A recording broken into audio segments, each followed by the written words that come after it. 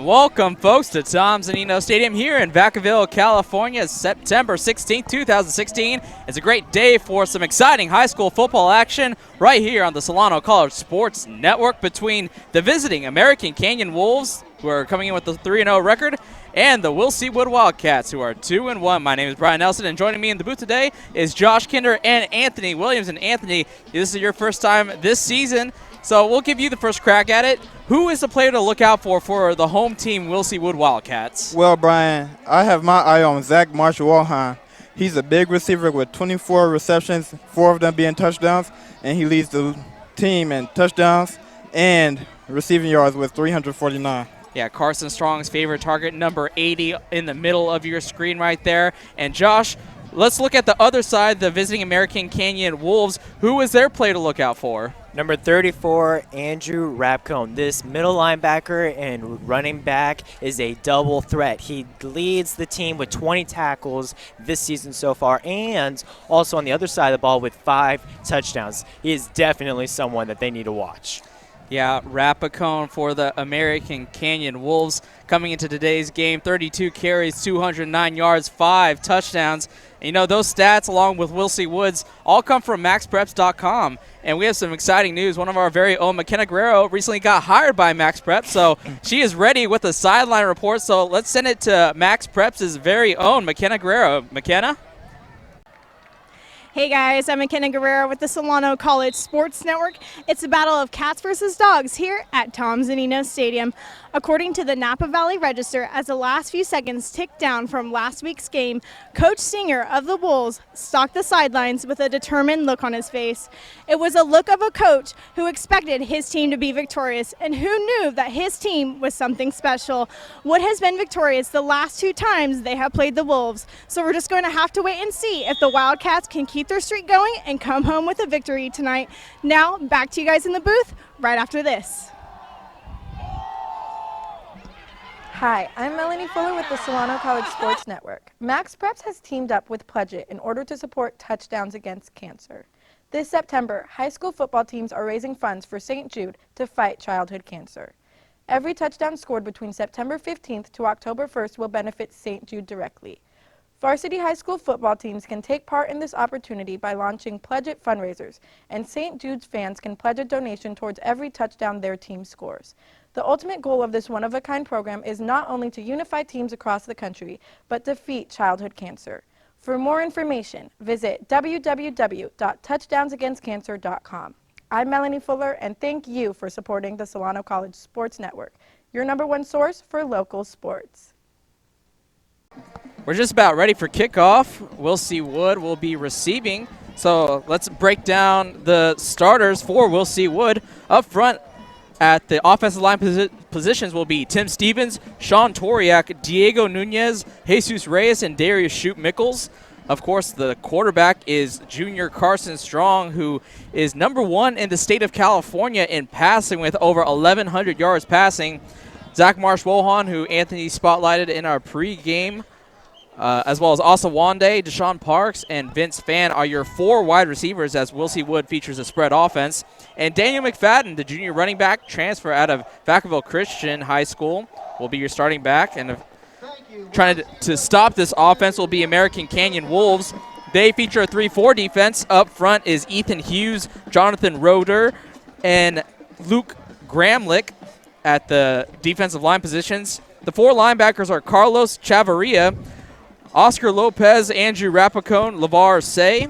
The 2 corners are Brendan Johnson and Anthony Gobert. And the 2 safeties, Gamon Howard and Aalona.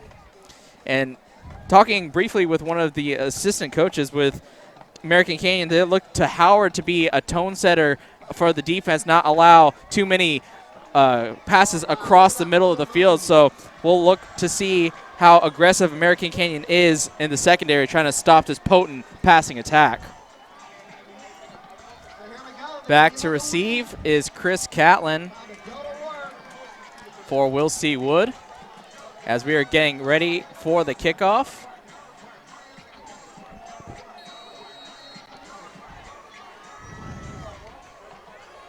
Catlin looking to bring it out to good field position for the Wildcats, and He will let this bounce at the 11. Will field it and cut to the left side of the field. He has room up the middle of the field, and he's going to be wrapped up at the 35-yard line. So Chris Catlin providing a little electricity to start out this ball game. Yeah, that was definitely a good start to the game. If he would have broken that last tackle, maybe he would have taken it to the house. And Catlin, the speedier of the two backs that Will C. Wood features with Daniel McFadden and Christian Catlin. So Strong in there, gets the signals. Will C. Wood is actually going to have Brandon Lee split out at wide receiver at the bottom of your screen. 3 receivers to the top of the formation, and Strong in the pistol will roll out to his left, has a receiver wide open, and he's going to pick up a first down on that first down throw. Asa Wondeh, who had a huge game in the loss last week.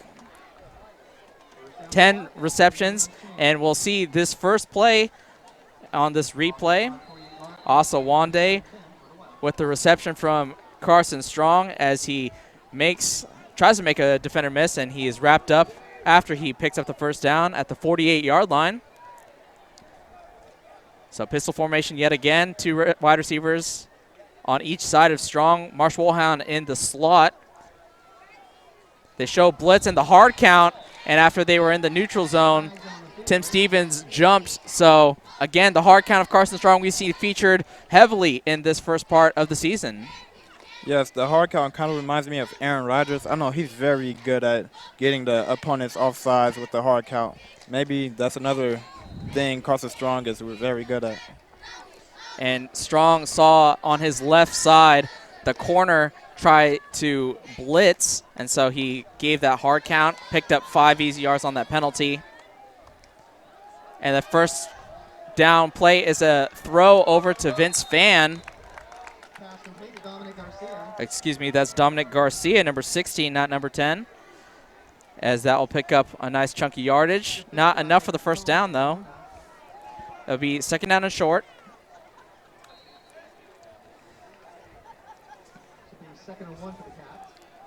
So second down of this drive after a first down was reached on the first play of the game, as that handoff is taken, and it's going to be dives forward for the first down from Daniel McFadden on that little draw play from Carson Strong. Yes, it was just nice picking up the first down. That's all he really needed just to get them a fresh start. And he's actually short a yard, so it was good. Oh, it was just a little late on moving the chains, as they wanted to make sure that he picked up enough. It looked like McFadden could have been stopped a little short, but McFadden, with a second effort, dove across for the first down. As Strong rolls to his right, throws to the sideline, Brandon Lee. And they're going to say he was in, as the coaches thought he stepped out of bounds before he caught that ball. And I tend to believe the American Canyon coaching staff, it looked like Lee, with his right foot, might have touched out of bounds before he caught that pass. Yeah, he was definitely close. I don't know if he stepped out or not, but he was really, really close. So that will bring up 2nd and 3 from the 34-yard line. Marsh Wojan in the slot. 4 wide receiver set in the pistol. McFadden back out there. He gets the handoff, makes a couple moves, and dives forward for the first down. So yet to see a third down, as that is the third first down that has been picked up by the Wildcat offense here on their first drive of the ball game. Yeah, maybe if he would have kept going to his left, he had a big open hole. He pretty much would have gained about 20 more yards if he would have kept going to the left. So we'll see. Wood, wide receiver, has been shifting in and out, as Asa Wondeh and Garcia are going to be at the top of your screen. Marsh Wojan is also in the slot at the top, as a play action pass is out to Garcia, too high over the receiver's head. Incomplete pass. Second down and 10.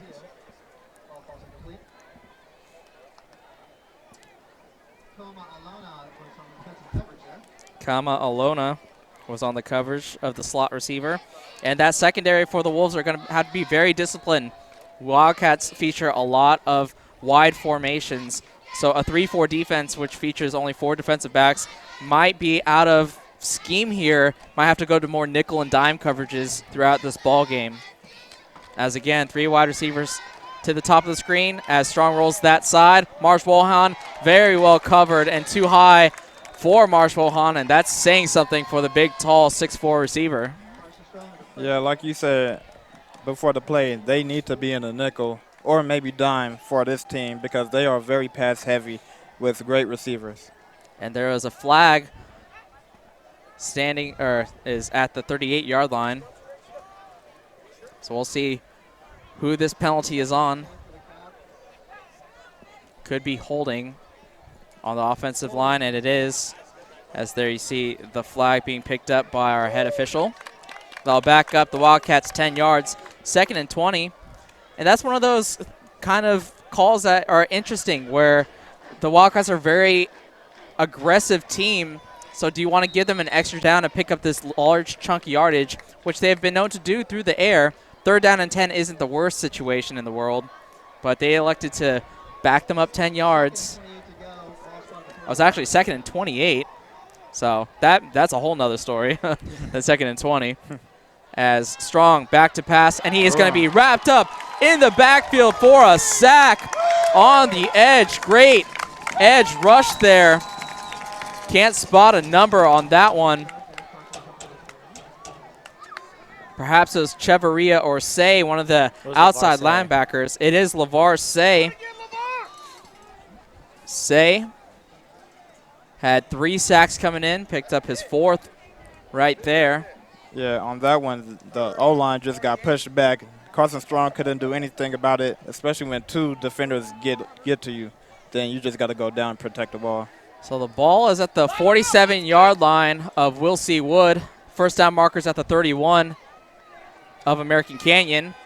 As Strong steps up in the pocket, goes for the deep ball, 2 men in coverage, and he overthrows everybody as he had 2 wide receivers in the area, but there's a flag on the opposite side of the field towards the American Canyon sideline. We'll see who this penalty is on. There's nobody in the area, so it must be on the sideline itself of American Canyon. Yeah, maybe somebody said something to the referee because he for surely threw it.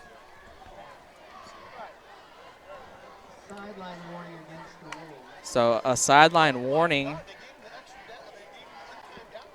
So that'll bring up 4th down. It was just a warning issued. No real yardage ticked off. So it is still 4th down and long. Carson Strong is the punter for Will C. Wood, as he has 4 punts on the season, an average of 37 for Strong.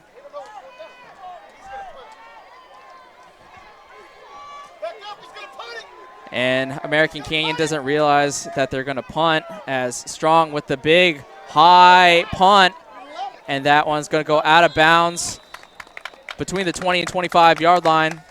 So pretty good field position for the first drive for American Canyon. So that first drive stalls after a couple penalties, and it looked like they had pretty good momentum, fellas, leading up to the penalties, pushing them back 2nd and 28. They just couldn't manage to get out of that hole. Yeah, like you said, Brian, they had all the momentum, but the penalties just killed them. If it wasn't for the penalties, maybe they score, maybe they get a field goal, but the penalties definitely killed them. The ball is marked at the 29-yard line, as you Vacaville fans will be familiar with this formation, as this one is flipped outside, and it is going to be broken for a long run by Aalona. He makes a cut to the opposite side of the field. He has blockers in front of him, and he switches hands. He's going to be chased down by Brisson, cuts to the middle of the field, and he is in for a touchdown. Aalona with the long touchdown run over 70 yards. 72-yard run by Aalona. And American Canyon, the Wolves are howling tonight as 6 points are on the board. That is one thing that American Canyon has executed perfectly throughout the games that they have played, is that flip over to Aalona as he cuts over to the right, to the left, follows his blockers. That play has been perfected, if I say so myself. Yeah, but also you have to give it up to him. That was a great run. He broke so many tackles. I think he broke about like 5 tackles, juked some defenders. it was just a great run by him. Point after attempt is up and good.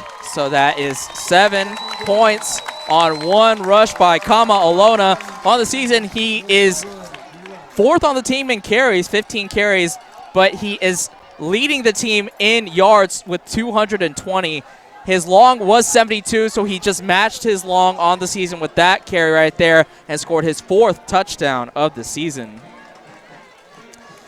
And with one play, quick strike ability of American Canyon coming in 3-0 record. Beat a very good intercom team last week. So this has been their first one of the, talking to some of the coaches, this was a real litmus test. They believe that they can go undefeated this season if they can win this game. And you can't ask for a better start if you're American Canyon with that long touchdown run. Yes, and with that mindset, Brian, you always have to be confident in everything you do. If you don't feel any confidence, then you just lack and you're just lazy. But they feel very confident about this season. So this looks like more of the River Valley game where Wood will have to participate in a shootout with the electricity of that offense as Catlin drops the ball at the 12-yard line, makes a defender miss. He cuts upfield, and he's going to be tackled at the 17-yard line. So that slight bobble by Catlin puts the Wildcats in bad field position.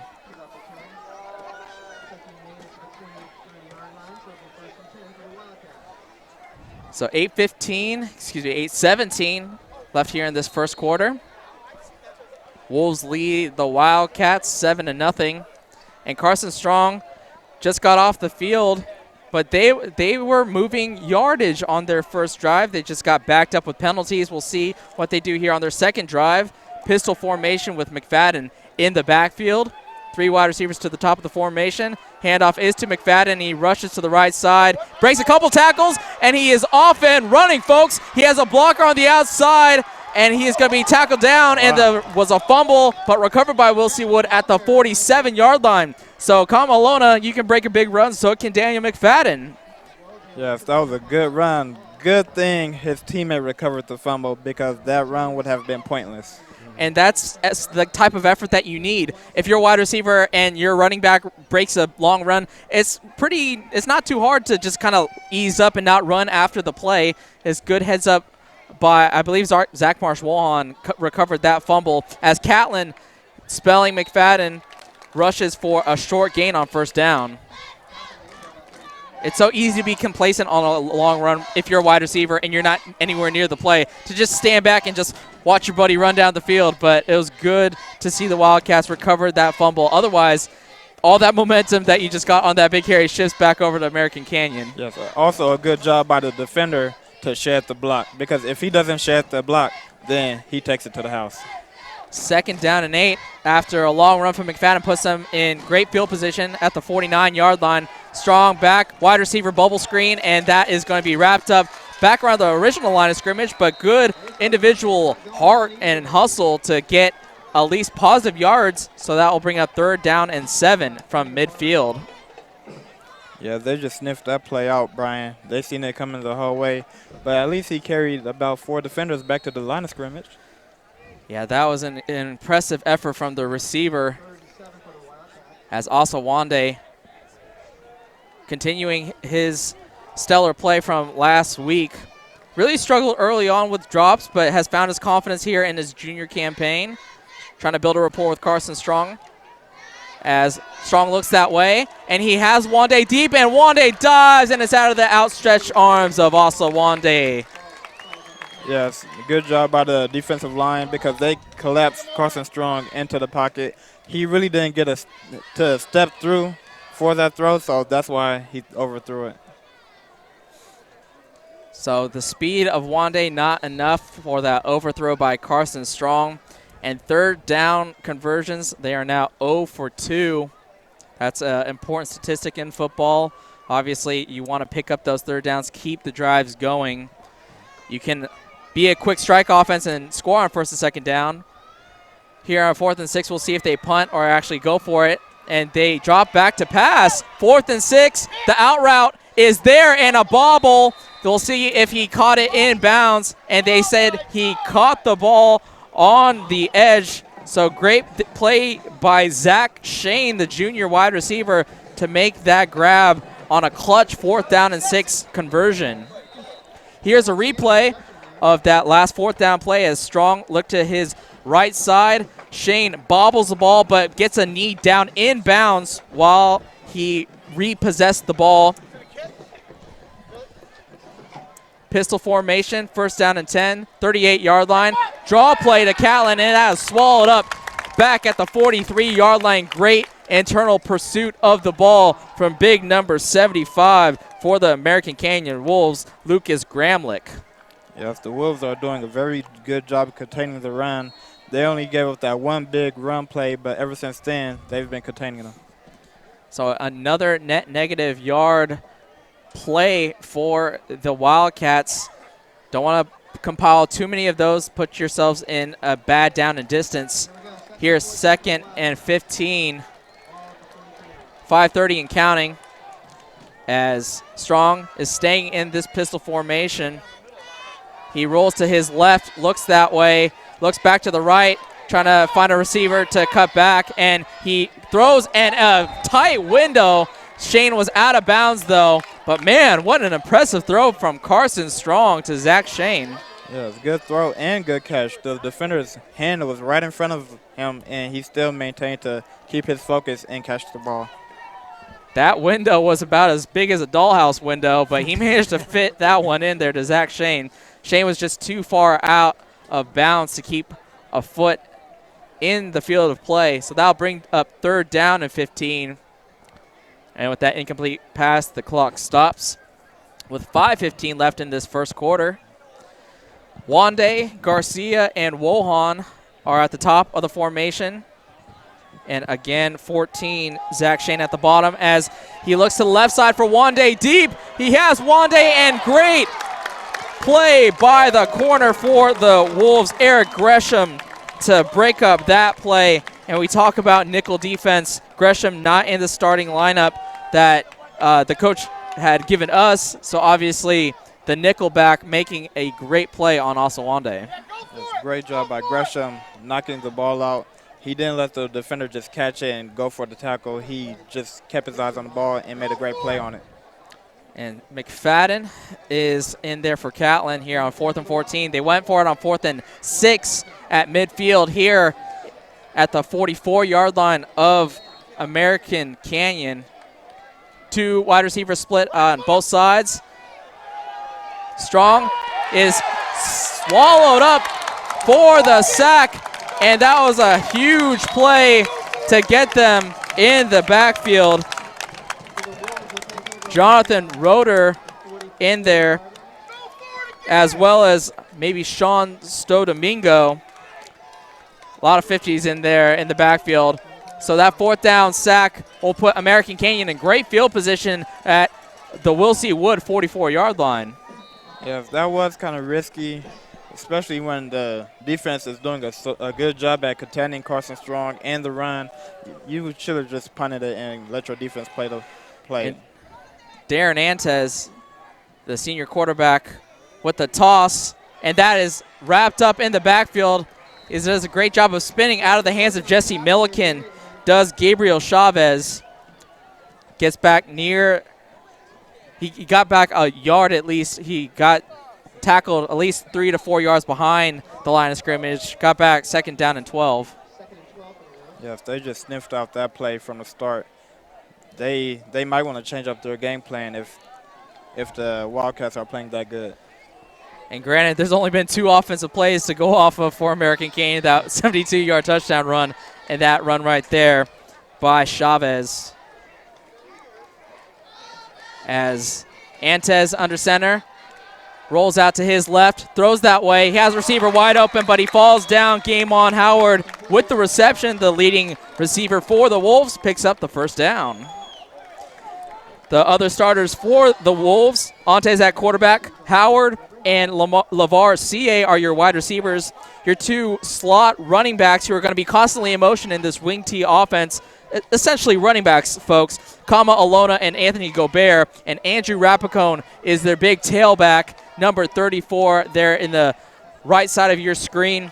Gramlich, Peterson, Roeder, Garcia, and Alleman are your offensive linemen. as the flag is going to be thrown. Rapacon is going to run to the house, but that is going to be a penalty on the Wolves.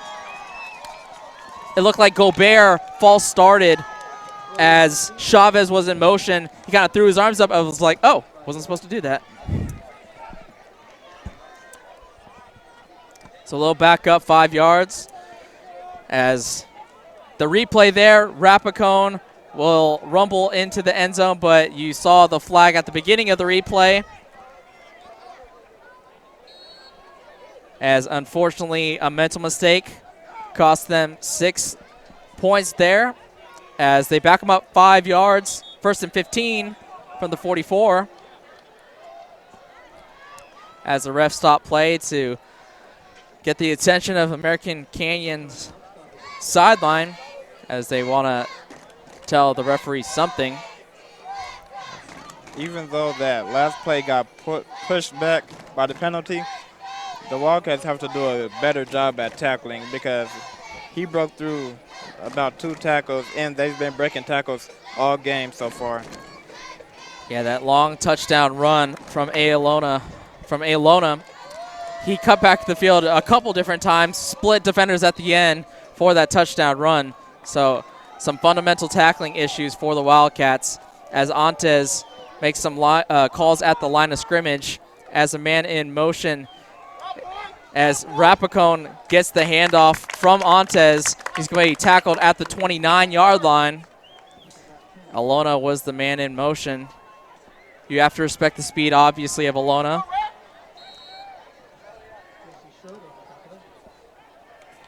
As Johnson, as well as Howard, come out of the ball game for substitutions. 2 wide receivers at the top of the formation, with Rapacon in the backfield, as well as Aalona. The handoff to Rapacon. He breaks a couple tackles for the first down. So the big running back Rapacon gets his first couple of carries. And after a 1st and 15, gains a first down on those 2 carries. Like you said, they broke tackles. That's been the saying of the whole game. They keep breaking tackles. Good job by the Wolves, but bad job at tackling by the Wildcats. 2:50 and counting here in the first. American Canyon Wolves lead 7-0. Same exact formation with Rapacon in the backfield. Aalona with the motion. Rapacon does not get the ball, and he's swallowed up in the backfield.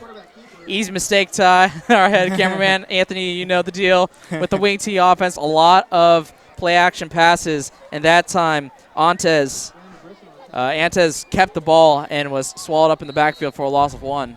Yeah, Ty, I know exactly how you feel, man. It's just hard sometimes, but hey, professionals make mistakes too. Yeah, gotta stick with it. As not a lot of professional teams run the wing T. It's a very complicated offensive system, as that one is going to be handed off to Rapacon.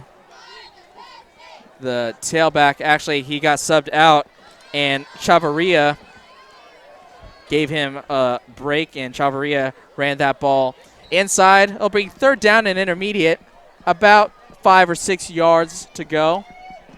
7 by our estimation from our scoreboard. Closing in on 90 seconds left in this first quarter as Antes basically flipped the formation with 2 wide receivers at the bottom. They hand it to the motion man. He has wrapped up high, and that is going to draw a penalty on Zach Marsh Wojan as he tackled Gabriel Chavez very high. Horse collar or a face mask potentially. But that is very unfortunate because Marsh Wojan was in position to get that jet sweep, but he just tackled way too high. And that will get the Wolves closer into the red zone and, more importantly, give them a fresh set of downs. Well, that's where being tall kind of hurts you, especially when you're trying to tackle a running back who is on the average about 5'10" or 6 feet tall. And Marsh Wojan is 6'4", 6'5". Yes. So if you're 7 feet tall, he needs to play a different sport. Yeah, it might have to be a basketball player. But, yeah, as you can see, it resulted in a high tackle and got the horse collar. As Copeland and Brisson are your other linebackers for Will C. Wood in this red zone situation. At the 5-yard line, they're going to blow the play dead with the timeout from American Canyon. So American Canyon not getting the big electric play here on their second drive of the game, but steadily marching down the field. Look very comfortable here against the Wildcats. And for the Wildcats, this is a really good litmus test for them as the Wolves run the exact same offense as the Vacaville Bulldogs, their hometown rivals that they will have to face later in the year. So, guys, how do you feel the Wildcats have fared to this point against the Wolves? I would just say that they have a lot more work to do. Just by us broadcasting Vacaville and seeing how they run and seeing that they always have a set of fresh legs, they have a lot more work to do if they want to win the Black and Blue Bowl like they did last year. Yes, they definitely have to do a better job at defending this wing T offense. I know it's kind of hard, but they have to put a strategy together to try to stop it. So Howard and CA are the receivers at the top of the screen as the Wildcats try to stop them at the 5-yard line with goal to go situation. Aalona with the motion. They hand it to the other slot running back, and he gets about 1 yard. That was Andrew Gobert. Gobert picks up 1 yard, second down and goal.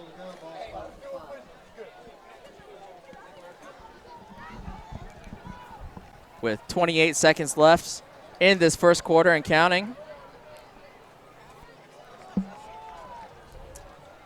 20 seconds to go. Antez Aalona in motion. Antez keeps it. Nice stiff arm, and he gets away from the defender, dives for the pylon, and he is in. Antez with the dive and the 6. Great individual effort from the quarterback, keeping it himself, rushing in for the touchdown. And Antez picks up his second rushing touchdown of the season on his first attempt. And, man, he stiff-armed that Wildcat defender, broke free, got a little bit of space, and dove for that pylon in there. Yeah, he was determined to score that touchdown.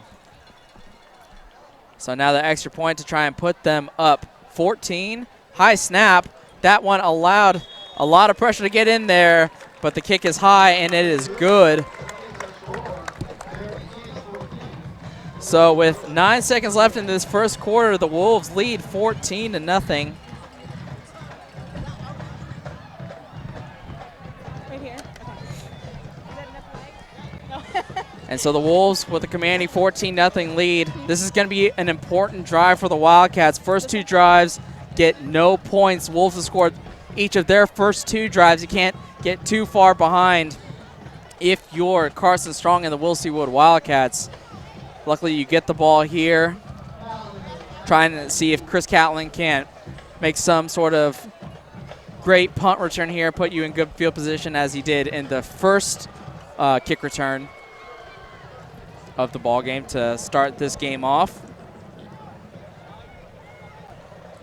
As Catlin and McFadden, both tailbacks for the Wildcats, are back to receive the kickoff from the Wolves.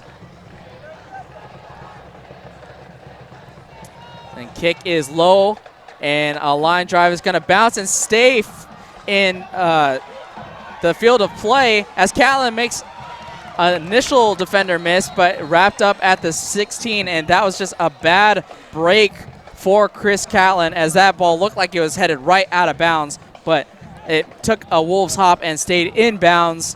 And so after the first quarter, the Wolves lead 14-0. At this time, we'll like to send it down to our sideline reporter, Myckena Guerrero, with this report. The adrenaline on the American Canyon sideline is intense. This team is fired up and they're hungry. The coaches kept expressing, now that is how you start off a game, and this is our night. We'll just have to see if the Wolves can keep it going into the second quarter. Back to you guys in the booth. Thank you, McKenna. And we couldn't get much off to a better start for the Wolves, and they were definitely hungry for touchdowns indeed as they scored twice with their potent rushing attack. Haven't completed a pass, but that hasn't mattered so far in this first quarter as they decide, as with the first quarter going to the second, they flipped sides of the field here with 12 minutes left till halftime. We'll shift things up here in the booth as I will move over to color, and Josh Kinder will take over play-by-play. So, Josh, take it away. Gladly. Great job, Brian. Thank you, Josh. Appreciate it. Always like that your first line as play-by-play is complimenting me. I will take that compliment, and I'll put it in my pocket with all my other compliments. It's a big pocket, then. I know. When I sit on my compliment pocket, I'm over 6 feet tall.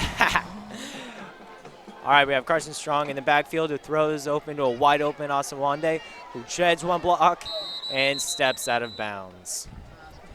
Yeah, after he picked up that first down and kind of maybe even tried to sucker a late hit as he kind of stayed at the sidelines, and maybe they thought he didn't step out of bounds. And, hey, that's a heady play. Maybe you cause a mental mistake from the Wolves that will benefit your drive.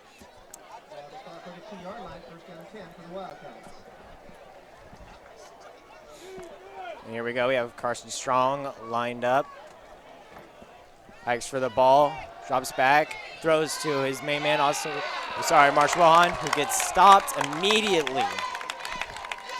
Yeah, Zach Marsh Wojan didn't have anywhere to go on that play. As soon as he caught it and turned around, there was somebody right there in his face ready to hit him. And that somebody was Gamon Howard, and that's the type of play that I was talking about with the coach. He wanted an aggressive safety to make a play in the middle of the field to say, hey, if you catch the ball in the middle of this field, there's going to be some repercussions. And the hard-hitting safety definitely laid out Marsh Wojan, and it took him a second to get back to his feet, but we're glad he is walking safely to the sidelines.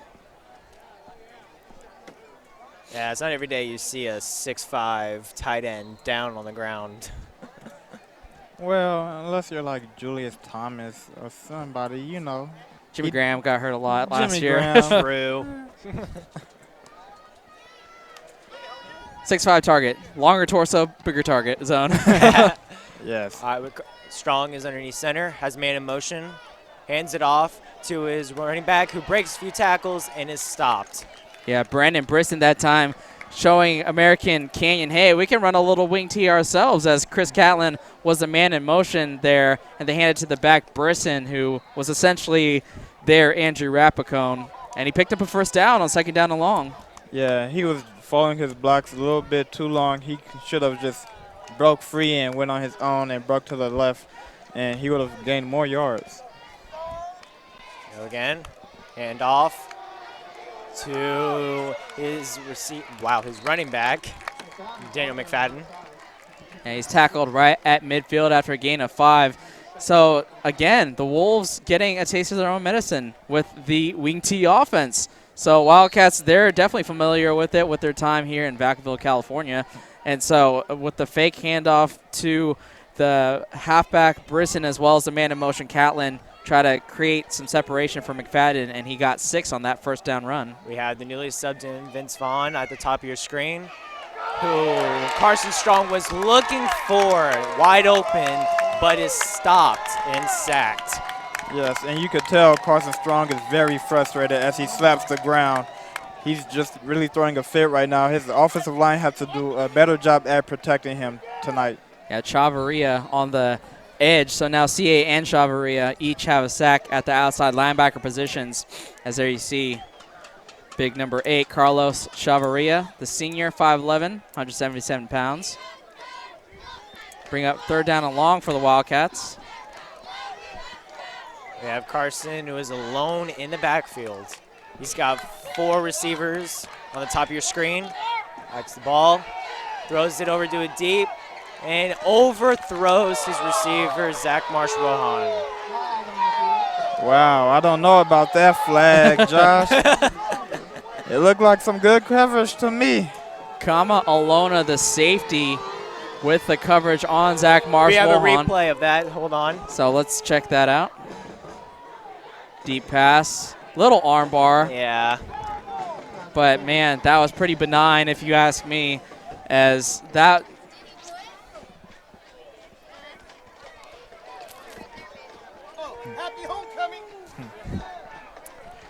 as that penalty is definitely going to benefit them as they pick up that first down, and the ball be spotted at the 40-yard line. And with that penalty, there will be a new set of downs for Will C. Wood.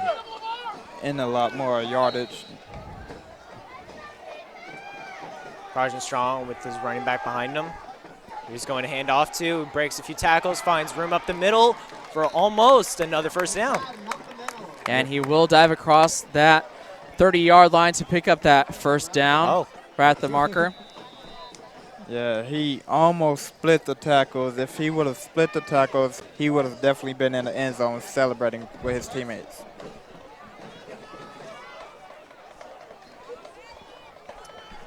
So, brand new set of downs.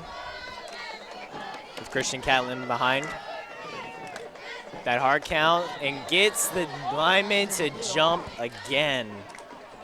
Like you said, Anthony, that hard count, that's brutal. And we've seen this time and time again by Carson Strong. And it's, let's say it's more than one of the reasons why they keep marching down that field.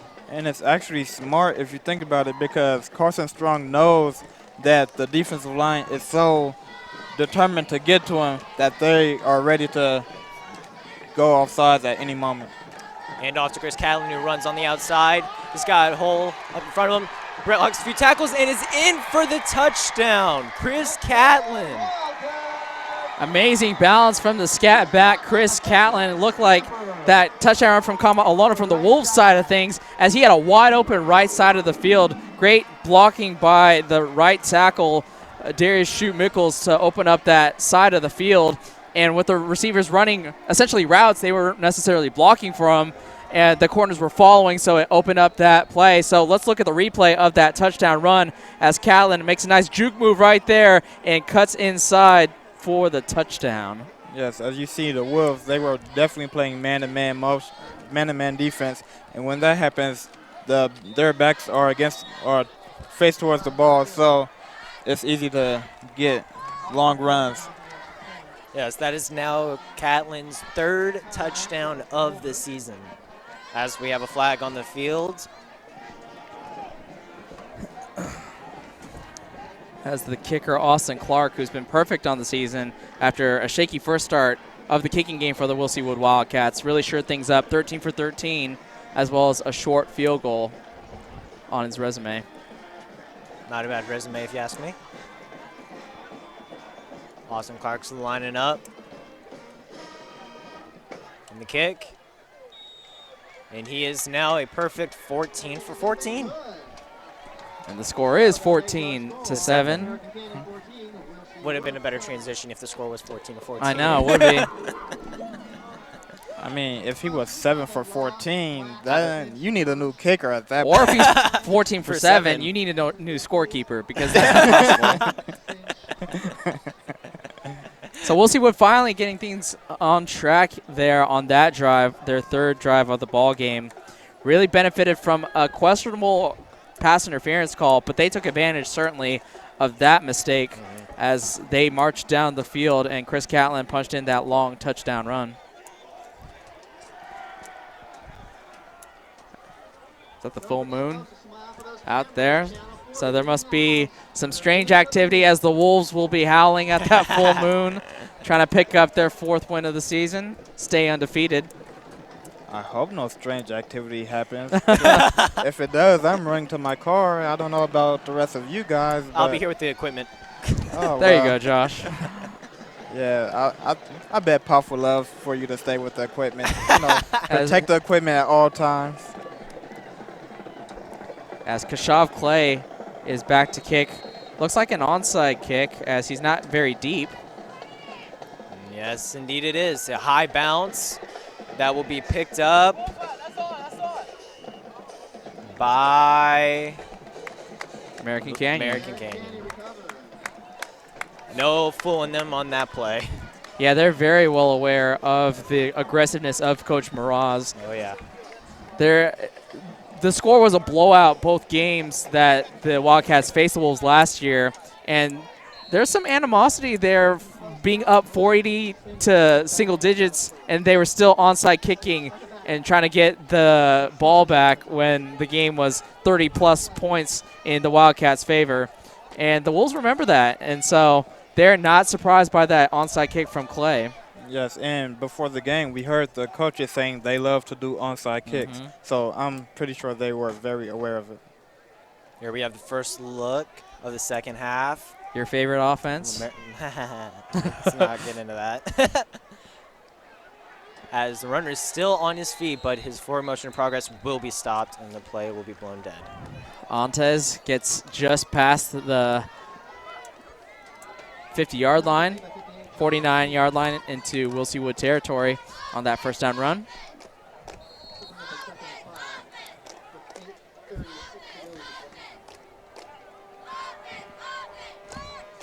I was shocked. That was a shot of the cheerleaders as what is it from Harry Singh's camera. And there it is again. Yeah.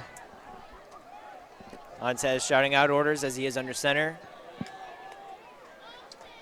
Man in motion. He's going to throw it to a receiver that he has blocked, and it's going to be caught, but stopped.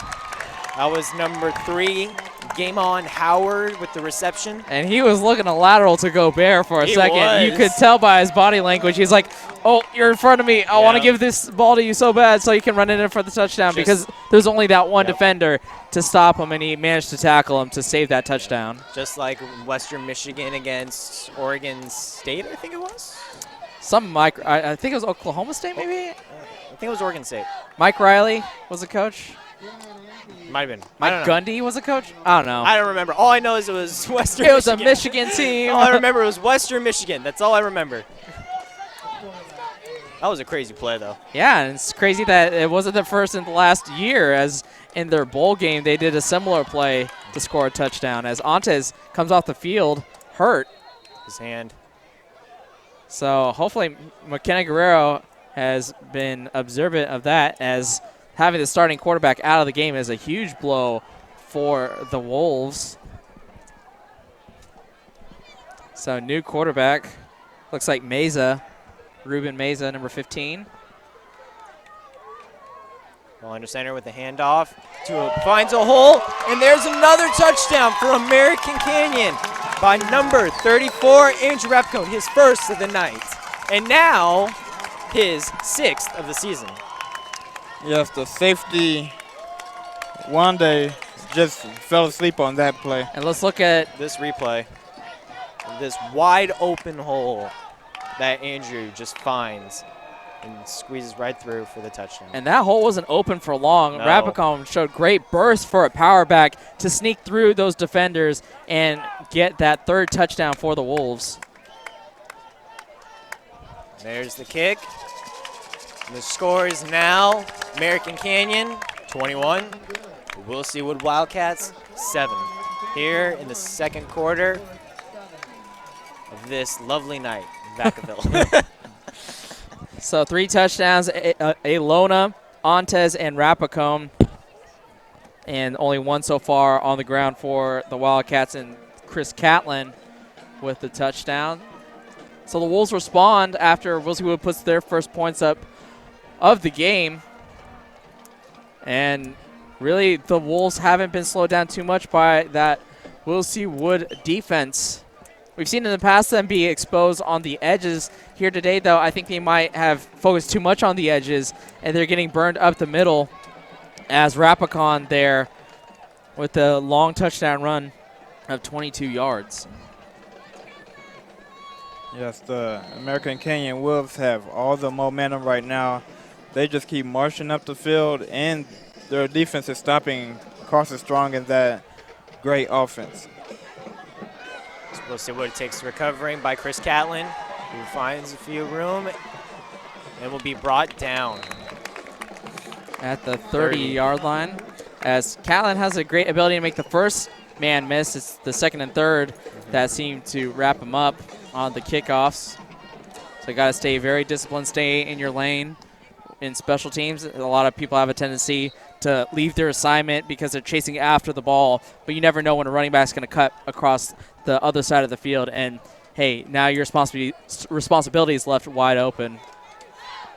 Carson Strong, backfield.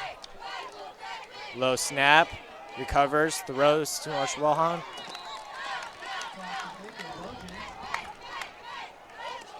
The Wolves are doing a very good job containing the wide receivers. As soon as they touch the ball, it seems like somebody's right there to hit them. So Gobert with the tackle on Wojan. Here we go, 2nd and 5 for the Cats. All right, then. We've been corrected after 3 games of Will C. Wood that it's Marsh Wojan and not Wojan. And we're going to see him in action again, who will be stopped immediately by Gobert yet Anthony again. Gobert Yeah. yet again. And that play call was curious to me just because Marsh Wojan is not exactly a speed guy. So setting up a bubble screen to a possession receiver, yes, they catch the ball, but what do they do after the catch? When you're in intermediate position, there you lost a yard, 3rd and 4. Yes, that's like the Raiders Receivers throwing at a the bottom bubble of your screen to a screen. Michael Crabtree. Asa Wondeh with the ball.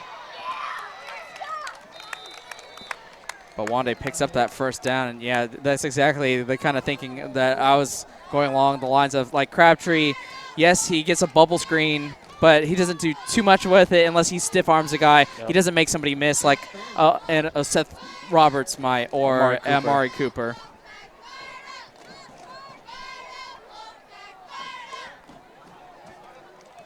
Three receivers at the top of your screen. Trying to get that hard count, doesn't work, but hands it off to Chris Catlin, which makes one man miss, still on his feet, and it is brought back to the line of scrimmage. But there is a flag on the play. Yeah, I think one of the outside receivers potentially blocked one of the corners in the back to try and spring Catlin for another long run. And unfortunately, you can't let those mental mistakes pile up. As we saw their first drive, they were in pretty good field position and they got backed up to 2nd and 28. And here they're going to be backed up on 1st down for 1st down and long. Yeah, the penalties keep killing the Wildcats. They just can't seem to find the momentum that they had that first drive. The first drive, they moved the ball, but penalties kind of killed them, but now you just constantly see them getting penalties. And also pressure up the gut from the Wolves. They've really improved their pass rush. Hand off to Daniel McFadden, who finds hole, runs through, and is still going on his feet, still on his feet. He's at the 30. He's at the 20, 10, touchdown, Daniel McFadden. And, man, McFadden burst through that hole in the middle of the defense, completely untouched. You expected some resistance when McFadden got that inside handoff, and we'll look at it on this replay as you see McFadden with the cutback, and he is untouched through the middle of the defense. He breaks a couple tackles right at midfield, and he shows the burst of a top back, and McFadden is in there for his first touchdown of the evening. And now for Wood, they both have their running backs with a single touchdown. Yes, the Wildcats definitely needed that run to bounce back. I guess they heard us talking about the Wolves defense shutting them down for the first half. And we now have a perfect 15 for 15.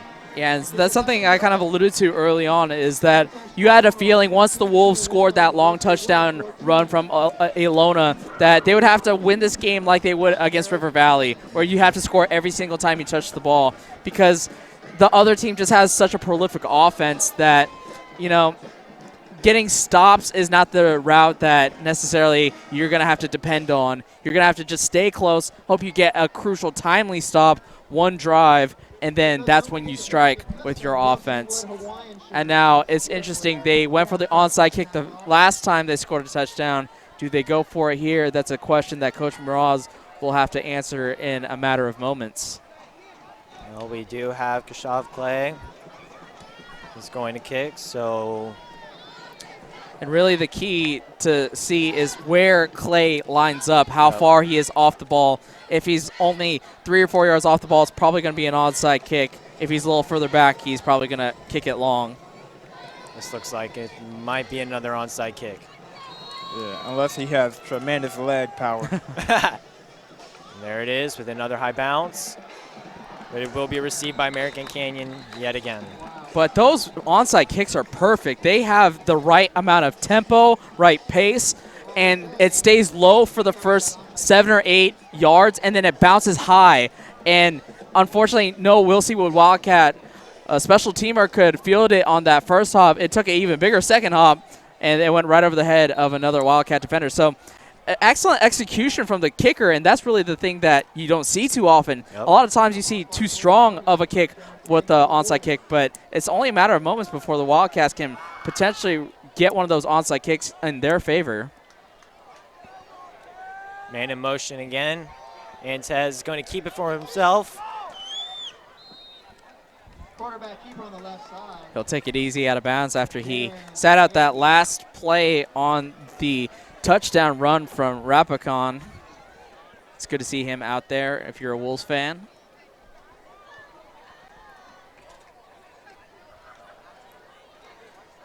As we've yet to mention, this is a homecoming for the Wildcats. Wolves looking to spoil that homecoming here today at Tom Zunino Stadium.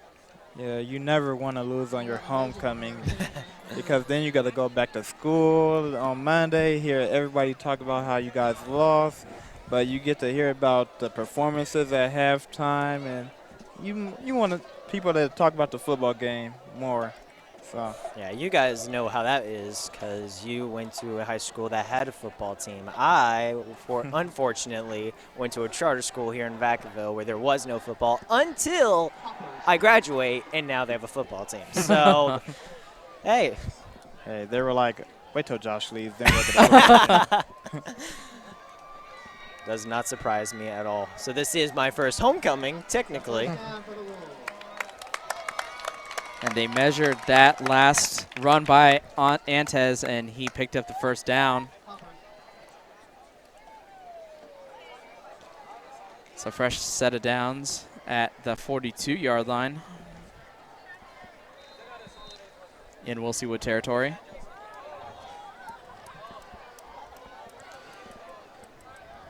Antez calls for the ball, man in motion. He's going to hand it off. Breaks 3 tackles, finds room, still on his feet, and is brought down at the 20-yard line by number 2, Anthony Gobert. Yes, if he would have ran to the left, he would have had a one-on-one matchup, but he didn't see it and thought he had a wide-open lane until he looked back and seen a defender right on him. There you see the 5'9", 170-pound running back, one of the 2 slot starters in this wing T offense, featuring a lot of motion between him and Aalona. Antez looks like he's either changing the play, making a little audible at the line, and that's something for a senior quarterback that they might trust in him. Keeps it for himself again, finds room, and is stopped at the 5. Yeah, Miles Riggins, the senior linebacker slash safety, and let's look at this play on the replay here for SCSN as he fakes to Rapacon, and he almost stutter steps Riggins into the end zone, but a shoestring tackle by the senior saves the touchdown, but it is goal to go at the 5-yard line for the Wolves. I know that has to hurt. Like, you're really just staring at the goal line because you're so close to scoring. I wonder how he'll bounce back and maybe he takes another one. And Wood will call timeout to discuss what the potential play call will be here on 1st down and 5.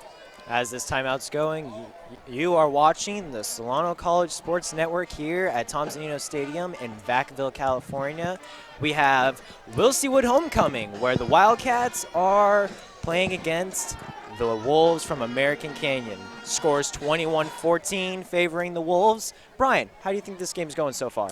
I think it's a really good back-and-forth game. I was worried that the Wildcats wouldn't be able to solve the Wolves' defense because they were not able to put points on the board for their first couple drives.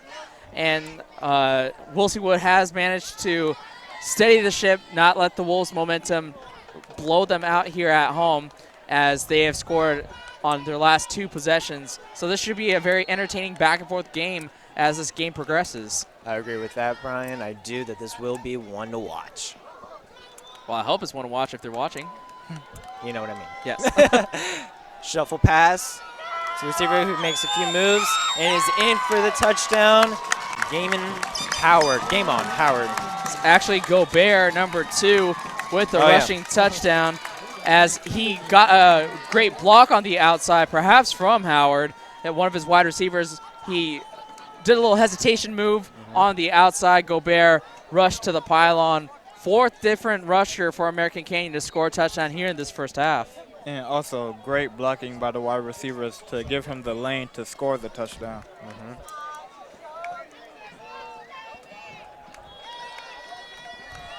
And that extra point puts the lead back up for the Wolves at 14. And that's the kind of seesaw game that we've had so far. Wolves up 14. Wildcats respond with a touchdown. Wolves respond with a touchdown. Wildcats have yet to stop the Wolves, and part of that is due to the fact that the onside kicks have put the Wolves in great field position, and their defense with the short field has struggled with a long field. So putting them at the 50-yard line, the 45, that is not a lot of opportunities for the Wildcats to stop them on defense, as the Wolves cheerleaders are very excited about their team, clearly posing for our side cameras. No, I think they were just happy to see Matt. There you go, Matt. You got a fan club. There you go, Matt.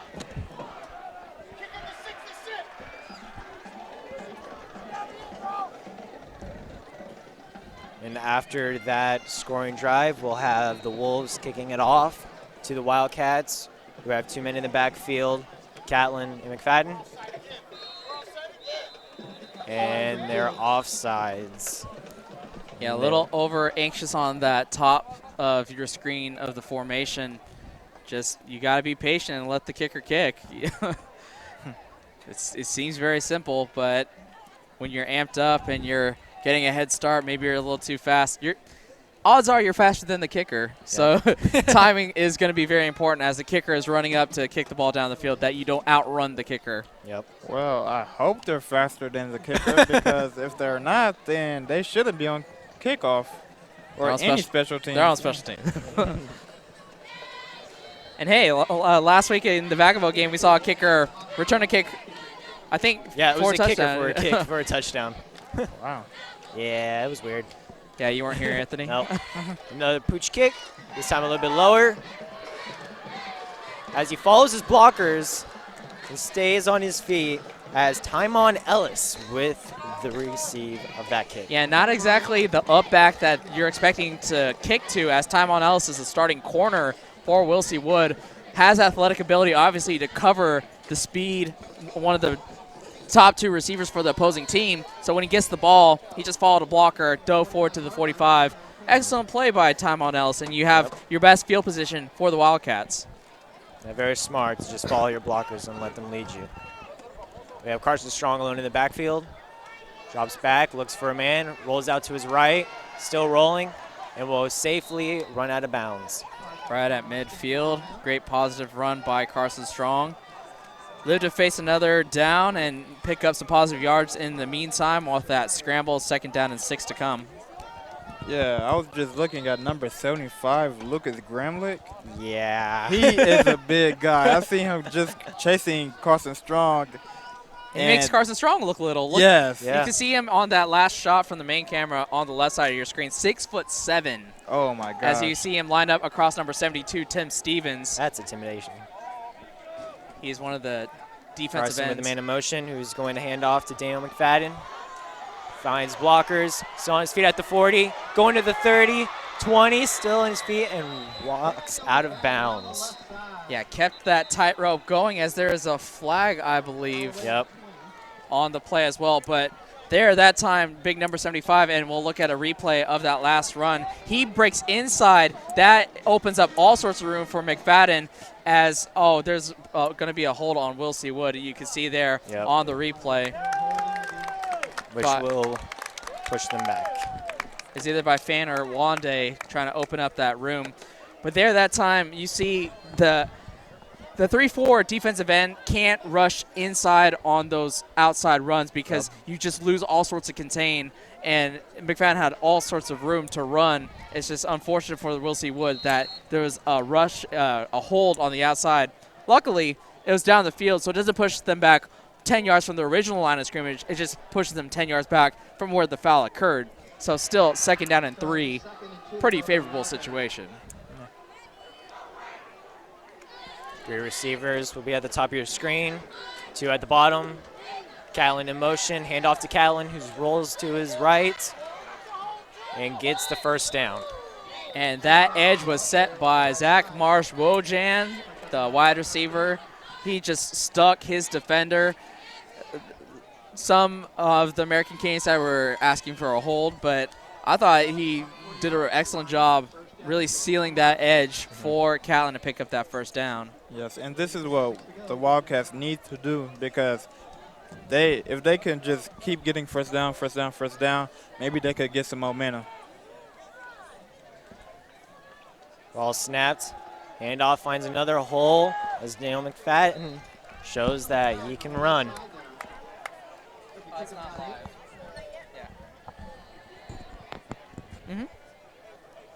So that was a great first down run. 2nd and 2. So we'll see Wood really finding his rhythm on offense as they're marching down the field here. And what they're doing is also letting the time tick down and not give the Wolves an opportunity to respond.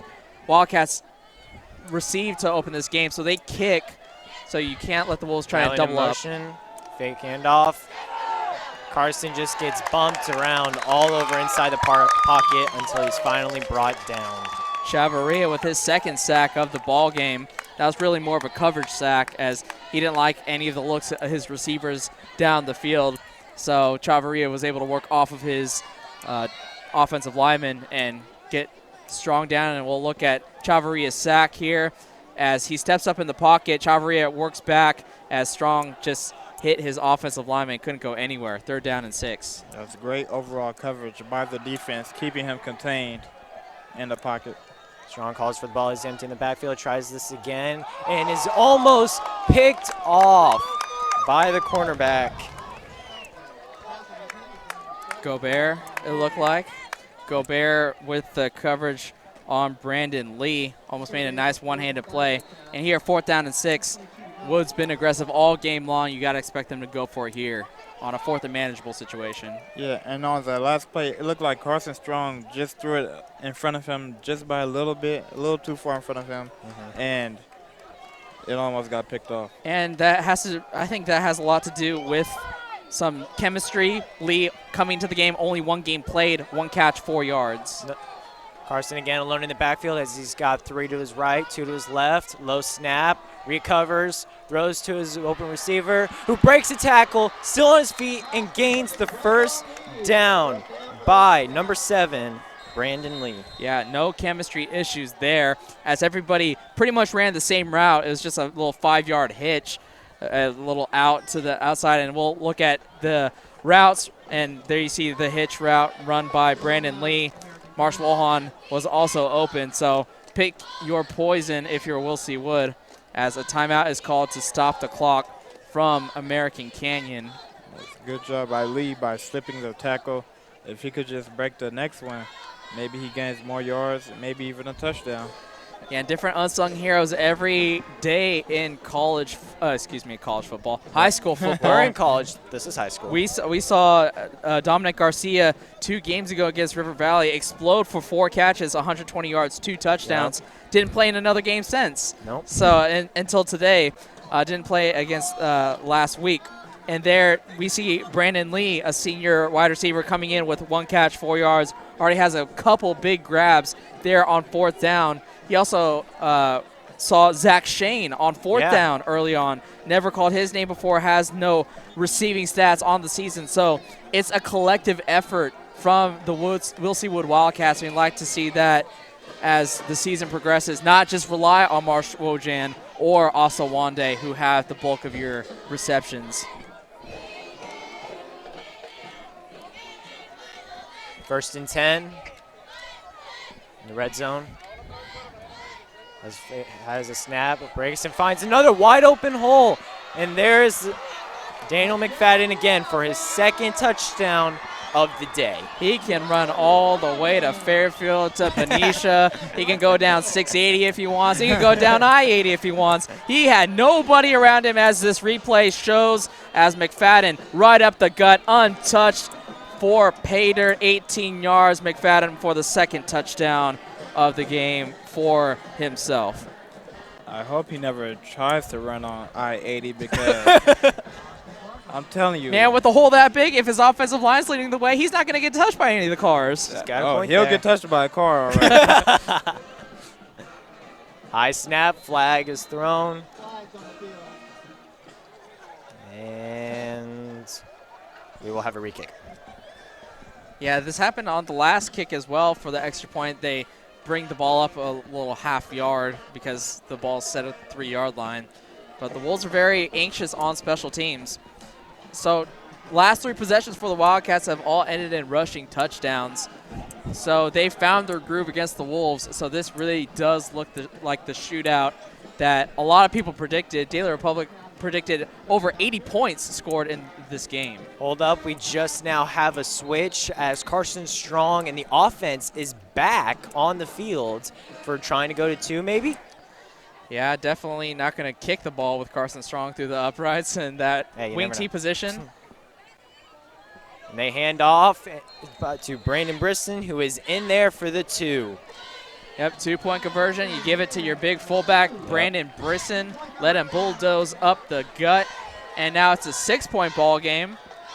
Not sure about that call necessarily in this game. It's not make a huge difference, 6 to 7 points, especially with more points to come. But hey, you get an extra point if you can, and you saw an opportunity with the penalty. You are at the 1.5-yard line instead of the 3.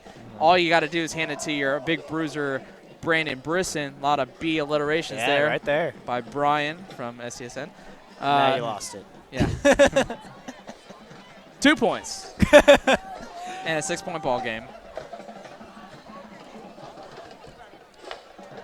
So just over 2 minutes, as there you see Will C. Wood's homecoming court. Yep. I didn't know if that Hey, it's been so long since high school for me, Josh. I forgot what it's called. Hey, I didn't even know because I've never had a homecoming, so that's why I was going to say homecoming court. Who's Saturday, Anthony? You're the judge. It's been a while for me too, Brian. So. Yeah. Oh, jeez. Another onside kick for Wood. Or not. Yeah, decided to go deep. Semi-deep. A little bit deep. Yeah, I think there with 2 minutes, you're trying to bet that you can hold the American Canyon offense to no points here with 2 minutes. That's all you need to do. Go in with the 6-point deficit. That's your goal if you're the defense. If you can maybe stop them with 3 incompletions and get a punt, that would be gravy on top. But we haven't seen any of that at this game. Yeah, no signs of vindication that they can stop the Wolves. Maybe just time will run out on the Wolves before they can score again in this half. Man in motion. Antez drops back to pass, finds a receiver, and is brought down by by number 8, Jackson Tobala. Yeah, Tobola, the safety, looked up, made a great play on the ball as they kind of floated it up there as the pass from Antez was before the wide receiver even looked back. Looks a little... It was a little late, and Tobola, or actually a little early, and Tobola with a great play as a strong safety for the senior. Yes, if this defense can get some motivation, it'll be great for the whole team coming together as they try to come back and get this W. As Antez keeps it for himself and runs downfield, has blockers, and he has room in front of him. And he's still on his feet. He's at the 20, 10, touchdown, American Canyon. Hey, gonna give credit on one play. You gotta criticize on the next. Tobola did not take a good route on that one at all. He ran to his left as Antez was cutting to his left as well. Yep. And there on the replay, you see Antez up the middle and Tobola with a bad route, and he is untouched on his way to the end zone. Darren Antes, the cornerback. Also, his second touchdown of the game. Yeah, rushing. First time Wolf player has 2 touchdowns on offense, as they really spread the wealth out for their 4 previous touchdowns. And now with the score 35-22 Wolves, we'll see if the Wildcats can bounce back and come back with a few 6 points of their own. They scored so quickly that a minute 48 for this offense, not unheard of to put more points on the board. So, man, 2 minutes left, 2-minute offense. We'll see what Carson Strong can do with this time. He has 2 timeouts as well, so that's huge. Yeah, and I know that really hurt the Wildcats because they just made some great plays. And for the Wolves to break a long run, I know it hurts their hearts right now. And taking a page out of the Melanie Fuller cheese book as they see a camera, we got to wave to it. The American Canyon Wolf cheerleaders loving their squad as they love themselves. They clutch to a 13-point lead here in this first half.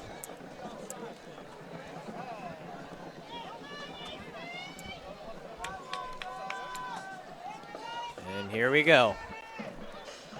He received, brought up the field, found a hole up again, still on his feet. As he'll be brought down at the 35. McFadden and Catlin really been the 2 steady workhorses in the rushing attack. Carson Strong, the passing game hasn't been there for a guy who came in leading the state in passing, 1,147 yards coming into the game, but it's been Chris Catlin and Daniel McFadden on the running attack that's been very successful, leading to this 22 points, all 3 touchdowns via the run game. Low snap. Carson looks for a man. Pot collapse, but he evades it. Rolls out to his right. Looks for a receiver, but can't find one, and is tackled out of bounds at the line of scrimmage. Unfortunately, he was actually rolling to his left, and Vince Spann started breaking out towards the end zone. He had him for a split second, but that is such an awkward play, as you can see on the replay. He's going to look for Wondeh at the bottom of your screen for a little quick timing route, but it was great jam coverage from the corner. He rolls out to his left. Very awkward to throw across your body there, so Strong had to eat it and take a big hit as he was going out of bounds. Yes, the Wolves are putting a punishment on Carson Strong tonight. Carson hits the ball, has it, looks deep, has Marsh, but is amazingly deflected by number 21. Or 20. No, 21, Eric Stewart for American Canyon. And that just went through the hands of Marsh Wojan, though. He really had an opportunity to catch that ball, as you can hear the rumbling from American Canyon trying to pump up their troops. And if they get the ball back with a minute left, we've seen their quick strike ability. So this is a huge 3rd down and 10 coming up. Actually, 11 according to our scoreboard, with a minute 23 left in this half. Marsh Wojan has been kept in check tonight. The Wolves are doing a very good job defending him. Yeah, great scheme and game plan from the Wolves defense. Ball snapped. He goes for a quick route to Asa Wondeh, who can't hold on to the ball, and that will be 4th down for the Wildcats. Yeah, that slant pass has yet to be there for Wondeh. As we'll see the replay, as Strong, maybe a little hand motion to Wondeh, and the quick slant just out of the hands of the junior receiver. 4th and 10, we'll see if they punt with Carson Strong or go for it. I think it's a little far in their territory at the 35-yard line. But hey, Coach Mraz is very, very aggressive play caller. Ball is snapped. Looks again deep, finds a receiver who catches it, feet stay in bounds. Did he get enough for the 1st down, though? That's the question. It doesn't look like it. 45-yard line is where you need to be. We'll see where they spot it. It's going to be a huge spot, and they give him the 1st down. What an amazingly strong throw from Carson Strong to the sidelines, completely across the field as you're lined up on the left side of the hash marks, and you go to the right sideline. Ball snapped, handoff. to Chris Catlin. Catlin wrestled down at the 45. Now you got to hurry up as you have 2 timeouts if you're Will C. Wood. Can't let too much time tick off the clock. And there's the first timeout. No, Nope. just respawning the ball.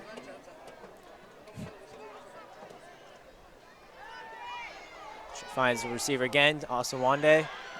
Pass complete up the middle. And there's another first down for the Will C. Wood Wildcats. And that was great progression reading. He looked for that deep play to Anthony Garcia. It was a little slow timing, and he felt the pocket kind of collapse around him, went to his check down, Asa Wondeh for the first down. Does a good job at being patient by Strong, because without the patience, he would have went to the route by Garcia. Hand off to Catlin, who is stopped immediately as he runs into 3 American Canyon defenders. And Wood takes their second timeout. Very wise move here with Timeout, 33 seconds left 33 seconds to go before half. in the half. And so Wildcats moving after that gutsy 4th down call. And, man, that was such a big clutch throw from Carson Strong. You're lined up on the left side of the hash marks. You throw it to the right sideline. That is clear across the field. Not a lot of quarterbacks can have that arm strength or the accuracy. There was a cornerback draped all over that receiver as well. So a huge 4th down connection made by the Wildcats to keep this drive moving. And if you fail there, you have the Wolves with 35 points at the Wildcats' 35-yard line. They're well on their way to adding to their lead, and they get the ball after halftime. That's a huge point of emphasis in this game as well. Wolves will receive the opening kickoff for the second half. Well, in the first quarter, we talked about the Wolves' confidence about the season. Strong definitely has the arm strength, and definitely has the confidence to get that throw. Yeah, and this is all just building for Will C. Wood.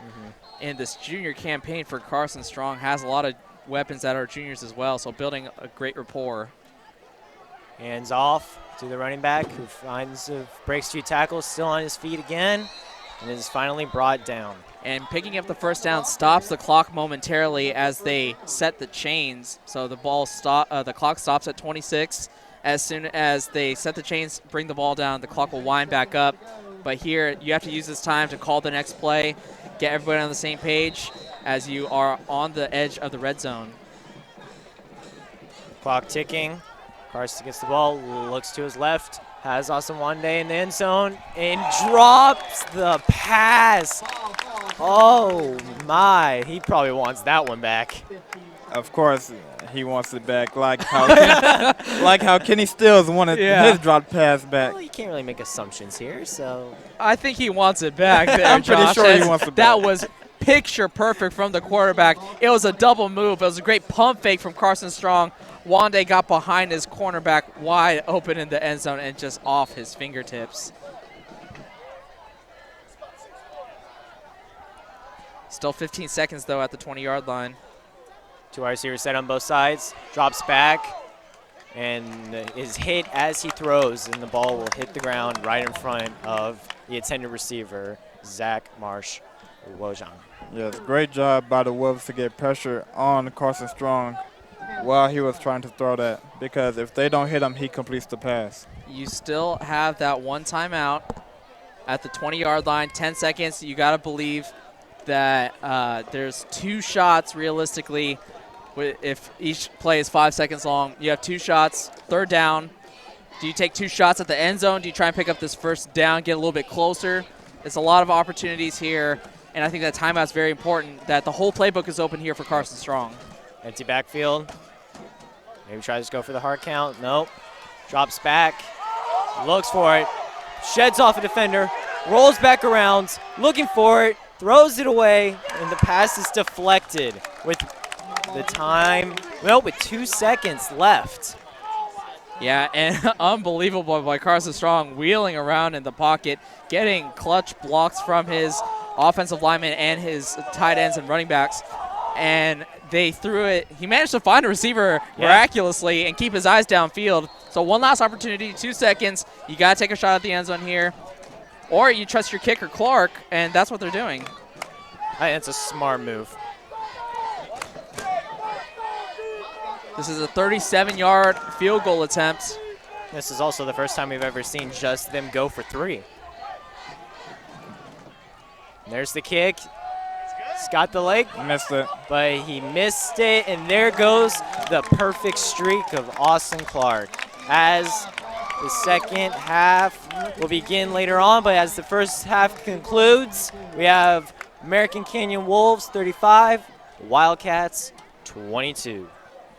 So Josh, I'll hand it to you for your last thoughts as we're going to switch you out for Dylan Collins in the second half. What are your final thoughts about the first half and the way that things broke down? This game is intense, period. I mean, 35-22. It's been back and forth. We have American Canyon scoring 6, and then we have Wood returning with 6 of their own. It's back and forth. It's evenly matched. This game is going to be so good. I'm excited. Anthony, your thoughts? Well, are you as excited as Josh is for this game? Yeah, he's a little too amped up right now, but I'm more of a calm guy. But this game is very exciting, like Josh said. They're going back and forth. The Wolves defense is doing a tremendous job at containing Marsh, Wojan, and Carson Strong a little bit. And then the Wildcats, they're getting better and better as the game goes. Yeah, and I think the key really for the start of the second half is try to get a stop here or there. You have many close opportunities with the onside kick. If you get a stop, get a score, get the onside kick, that makes up this 2-score deficit that you are going into the half with, trailing 13 points. And so Wildcats have some adjusting to do here in the second half. Don't go anywhere. This is going to be a very exciting second half to come between the American Canyon Wolves and the Will C. Wood Wildcats. Now, before we take a commercial break for halftime, let's send it over to our sideline reporter in Myckena Guerrero. Talk about an outstanding second half. Meanwhile, on the American Canyon sideline, Hunter Snyder kept telling his team to stop giving the Wildcats yards, while Nico Vostok kept saying, stay focused, you guys, and let's make history tonight. Now we'll be right back with the second half right after this. Hi guys, I'm Tiana Wilson, an assistant producer here on the Solano College Sports Network, here with Melanie Fuller. So Melanie, you've been in the program for how long now? 2 years. And tell us what you do here. My main purpose in this program is being one of the reporters. So like for baseball games, I'm a dugout reporter. I was sideline reporting for football, but I don't really like football as much. I do basketball as well, but if I'm not reporting, then you can find me behind a camera. Okay. So what do you plan to do with some of the skills you learn in the class, or what do you plan to do next? My ultimate goal in life is to be the next Amy G. She's the in-game reporter for the San Francisco Giants. And my goal after the program is to just pursue my education more. I get college for free because my dad was in the military, so I want to take that to the fullest benefits I can. So I plan on transferring to San Diego State after the spring, where I will be pursuing a communications major. And then I want to get my master's, hopefully, if I can still handle school. But I'm going to go. Okay. That's my ultimate goal. And how long have you known that you wanted to be a reporter? Is this a goal you've always had, or? Well, when I was probably, I always watched the news. My grandma is really like, oh, you have to watch the news. You have to stay in tune with the world. So I've been watching the news, and one of my, since I was younger, and one of my first memories was always waking up every morning at 9 to watch Live with Regis and Kelly. And I also watched a lot of 60 Minutes with Katie Couric, and then a lot of Good Morning America with Diane Sawyer. So I always remember just listening to them talk and how beautiful their voices were. But I wanted to pursue a career in journalism, and I was actually the editor-in-chief of my high school newspaper. So one of my teachers told me in high school, you have the face for TV, and you just have the personality. People would enjoy to see you every morning. So that's kind of when I wanted to shift my journalism career into broadcast journalism. Well, I know that you're a reporter in the program, and there's many other jobs for people who are interested. What are the other jobs that some of the other students could do? Well, like you're an assistant producer. Camera work is really fun. You could do editing, you could type graphics, you can do a lot of B-roll. You're not always, if you're not in front of a camera, there's so much more you could do behind the scenes, because it's not just all about what happens like during a broadcast. There's a lot of pre-game production and stuff like that. And what advice would you give someone who wants to be in the program and wants to be a reporter? Use all the ambition you have, because the more ambitious you are, the more opportunities you'll have. And POF with this program lets you be as ambitious as you want and lets you express yourself the way a teacher should let you. Okay. Well, thank you, Melanie. I'm Tiana, and thank you for supporting the Solano College Sports Network.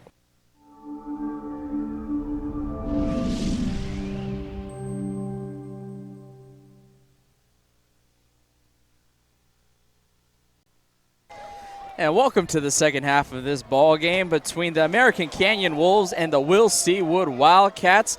We made a little second half adjustment ourselves as the Wildcats look to get back in this game, as we have swapped out Josh Kinder with Dylan Collins. So Dylan will be taking over play-by-play duties here in the third, and I'll wrap things up for you folks in the fourth. So without further ado, Dylan, take it away. Thanks again, Brian. I am here alongside my fellow colleagues, Brian Nelson and Anthony Williams. Yeah, that is there your you go. last name, Anthony.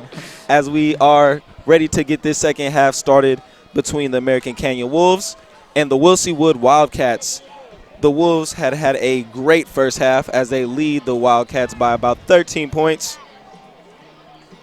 Brian, if I may ask, what do you think are some of the steps that the Wildcats should do possibly to get back in this game? I think it's all about timing. They can't get too ahead of themselves and worry that the Wolves have scored on each of their 5 possessions. They have to focus that if they do get a stop, they have to capitalize, score, and potentially get aggressive and continue that onside kick strategy. You've gotten a lot of good bounces, just haven't gone your way, but not due to a lack of execution from Kashav Clay and company. That is a great point, Brian. And as we look down to the field, we are getting ready for the start of the second half. Anthony, let me ask you, what does this offense of the American Canyon Wolves need to do to sustain this lead and not allow the Wildcats to have a chance to get back in it? Honestly, just keep doing what they're doing. Keep attacking them on the ground. They've been establishing their ground game, and it's been working out for them, breaking for long runs all night long. If they could keep doing that, then they will definitely succeed and win this game. All right, and the kick is up and fielded at around the 45-yard line of the Wolves. Actually hit a helmet of a Wildcat player short of the 10 yards that you need to field an onside kick successfully. They didn't throw a flag because they didn't realize it went off of the Wildcats' helmet, but ultimately the Wolves recovered, so no harm, no foul. They start their drive at the 45-yard line. Excellent field position yet again. As the Wolves come in up to the line of scrimmage, you have 2 receivers at the near side of the field. Quarterback Darren Antes under center takes the snap, hand off to his tailback for a short gain up the middle. Yes. And somebody's down on the ground. Yes, that looks like it is number 23, Ethan Hughes. Now that's 52, Nelson Alaman. One of the interior offensive linemen, so the Wildcats will take a knee as Alaman gets some tending to on the field. And really, Rapacon, that he's just the steady force behind that Wolves offensive of philosophy. When you run the wing T, you have a lot of explosive plays on the outside, but you only get those explosive plays if they respect the internal running game, and that's where Rapacon comes in. You get 5, 6, 7-yard chunks at a time. You consistently move the ball down the field, and then you open it up for the motion on the edges to really dice the defense like it's done so far to the Wildcats. Yes, Brian, that's an excellent point. They've been doing that all evening, working it up in the middle, opening up the outside lanes for this running game to just stay effective and stay consistent throughout the first half. As number 52 is able to walk in off the field under his own power, that is also a great sight to see. Yeah, gets a little help as he's limping, so it looks like a lower leg injury for Alaman. Number 74, Juan Dizon, is coming in. Yeah, and that's the only thing about being an offensive lineman. Sometimes your leg is caught under the running back who's getting tackled, and your body just turns and twists different ways. Dizon will be filling in at right tackle for the Wolves. As Antez takes a snap, hits his man in the flat, tries to shed a tackle, but he is tackled down at the 40, which is good for a Wolves first down as they enter into Wildcat territory. Yeah, rare passing play from the Wolves. They've been attacking the run game, so the Wildcats are definitely anticipating the run, but they just play action and threw the ball for the first down. Rapacon only has 4 catches coming in. That was his first catch of the game so far. Man in motion for the Wolves as the ball is snapped, handed off into the middle, up the middle, and also good for a intermediate gain. The run by number 22 or 23, I believe. No, it was Rapacon. That was Rapacon? Yeah, again, 34. Nice internal move to little juke to his left, got a hole, and again, nice chunk of yardage, second down and short. Wolves come to the line of scrimmage in a similar formation to the last play, second and short. Another man in motion. Quarterback keeps it up the middle, has a little daylight, breaks a tackle to the outside, and he's up and running, and he is in for the score. Another well-designed play by the American Canyon Wolves. Great run by the quarterback, Darren Antez, again, the senior, with another touchdown on the day.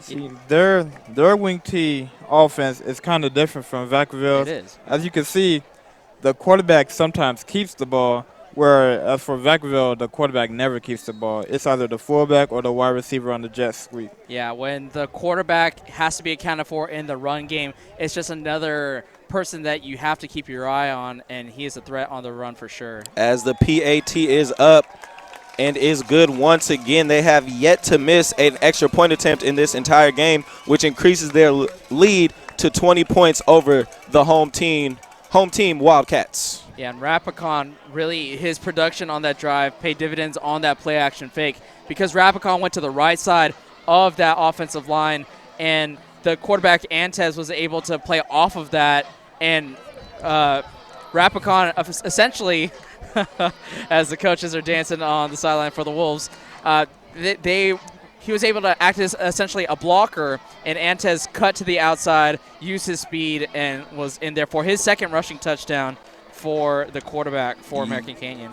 Yeah, the option play allowed him to do that. Pulled the ball out of his running back's stomach, held on to it, used him as a blocker, and was able to get in for the score. Actually, just to correct myself, Antez with his third touchdown run, as he got the last touchdown for the Wolves to put 35 points up on the board. Here we go as the kick is up.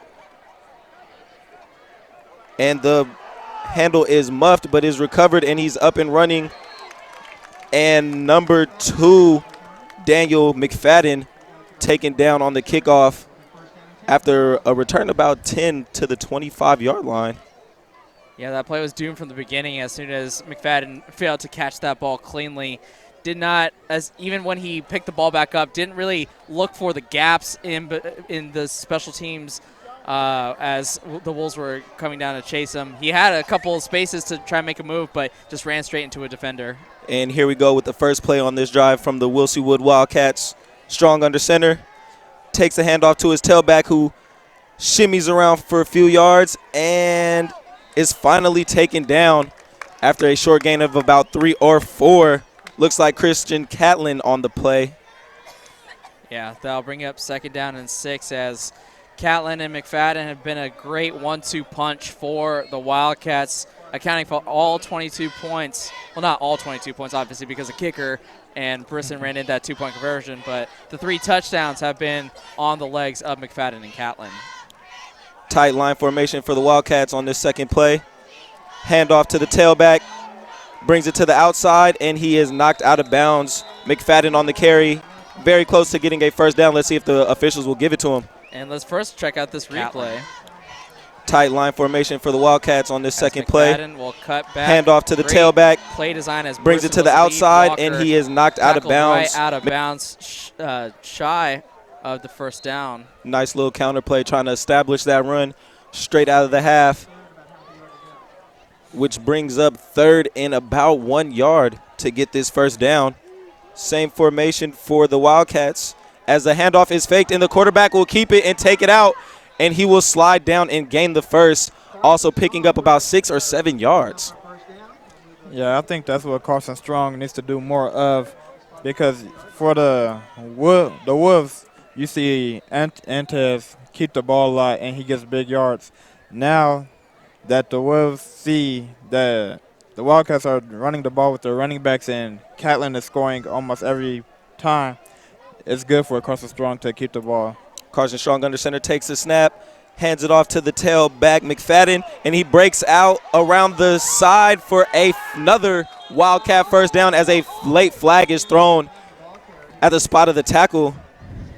Yeah, we'll see what that flag is on, but I want to give credit to number 10, Vince Vann, for opening up that edge. The wide receiver really sealed off that corner, allowed McFadden to turn the corner and gain enough for the first down. We'll see if there is a hold, though, on Will C. Wood on that last run. Yeah, that run was good for about 12 yards. If it is not going to be called back, we'll see what the ruling is on the field.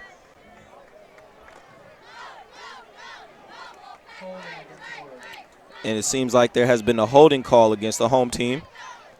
So that Will C. Wood run will be negated after that penalty and take them back even further. And now they have a long first down ahead of them. The oh-so-common 1st and 17. The Wildcats with 4 receivers out, 1 lone tailback. Pistol formation as Strong drops back. Turns around, has a nice little screen as the receiver stays on his feet. Catlin takes it to the outside, manages to stay in bounds and tiptoes. But it seems the officials call him out of bounds before picking up the first. Nice effort by the running back Catlin on that run, or that reception out of the backfield, and Catlin is on the ground. Clutching his Achilles. Yeah, that is not a good sight to see. You never want to see a running back grab his ankle or his knee. And let's give him credit, though. Like, obviously, hope Chris Catlin's okay, but he made a couple great plays on that one. First, catching the ball that was thrown so low to him. He did a great job of getting his hands underneath it and catching that ball. If he misses it, it's an incomplete pass, and you have 3rd down and long. And the second thing was staying in bounds. Man, he had an unbelievable job of staying in bounds once he was on the sidelines, and he was able to get a majority of that penalty yardage back, and he's just going to limp off the field very gingerly. Yeah, and I think it was an ankle injury, because if it was his Achilles, you wouldn't see him. He would not be walking. Yeah. Well, unless you're Kobe Bryant, Oh, of yeah. course, you know. Yeah, he shoots some free throws. But at the same time, it took him a while to get off the floor. Yeah. As McFadden trots off the field.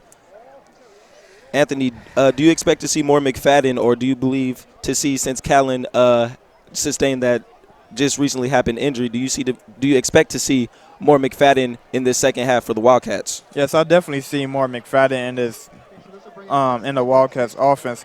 But at the same time, I think Carson Strong has to throw the ball eventually and get Wojan and all his other receivers into the game so they could be more diverse.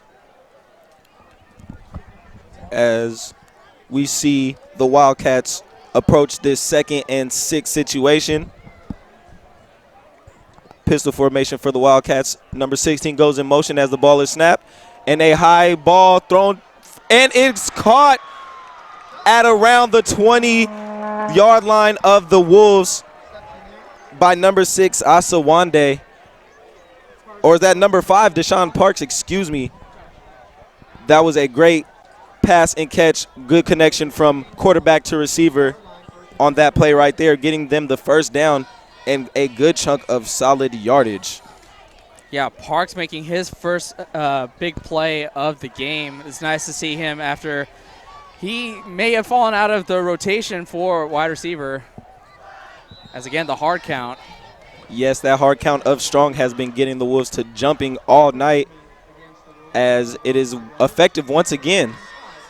Yes, the Wolves, they need better discipline on the line because they're so eager to get to Carson Strong, and Carson Strong is just drawing them offsides every time.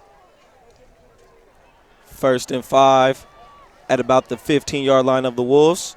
According to the scoreboard, it's 5th and 5. The 5th down.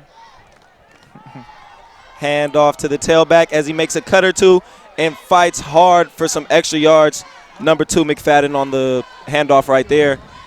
Gains about 8 or 9 yards on that one and good for another first down, which sets the Wildcats up with a 1st and goal situation. Yeah, they're slowly working their way down. Not as quick of scoring as the Wolves do, but they certainly have found their groove, especially on the ground. Let's see how the American Canyon Wolves respond in this goal line situation. Hand off to the tailback, McFadden once again. And it looks like he is very, very close to getting in the end zone. Let's see how the officials rule it. And just short of getting in the end zone. Looks like about less than a yard on that play. We'll take a look at where respond McFadden ends up on this in play. this goal line As it's situation. handed up right up the gut. Hand off to the Grissom tailback, with a McFadden little once again. Crackback block. And it looked like McFadden ended up in the end zone, but we'll see the 2nd down run. 2nd down and another handoff to McFadden as he plows it in there for the touchdown. Touchdown Wildcats as they try to claw their way back into this game with about 7 minutes left in this 3rd quarter. McFadden, his 3rd touchdown run here today, and that puts the Wolves up 42-28 as, of course, they hit that 2-point conversion. Yes, McFadden was determined to get his touchdown after being stopped short on the 1st attempt. And they go and fake the PAT and go for the 2, and it looks like McFadden squeezed in there for the 2-point conversion. What a play. Nice surprise by the Wildcats to cut that lead down to just 12. Yeah, he must have got the ball just across the plank because I thought he was stopped short. Hey, maybe it was a makeup call for that first down run. That probably was a touchdown. He's like, man, you made me get another carry. Don't you know what that does to my average? Great point, Brian. And Anthony, what did you like that the Wildcats did on that drive to go down and put 7 points on the board? What was the question? What did you like about that drive from the Wildcats that led to 7 points being put on the scoreboard? Well, first of all, it all started with the deep ball to Parks. Then they established the run game like I said they should. All they have to do is keep it up, be more diverse. It just can't be one-dimensional because that's where it's easy to stop you.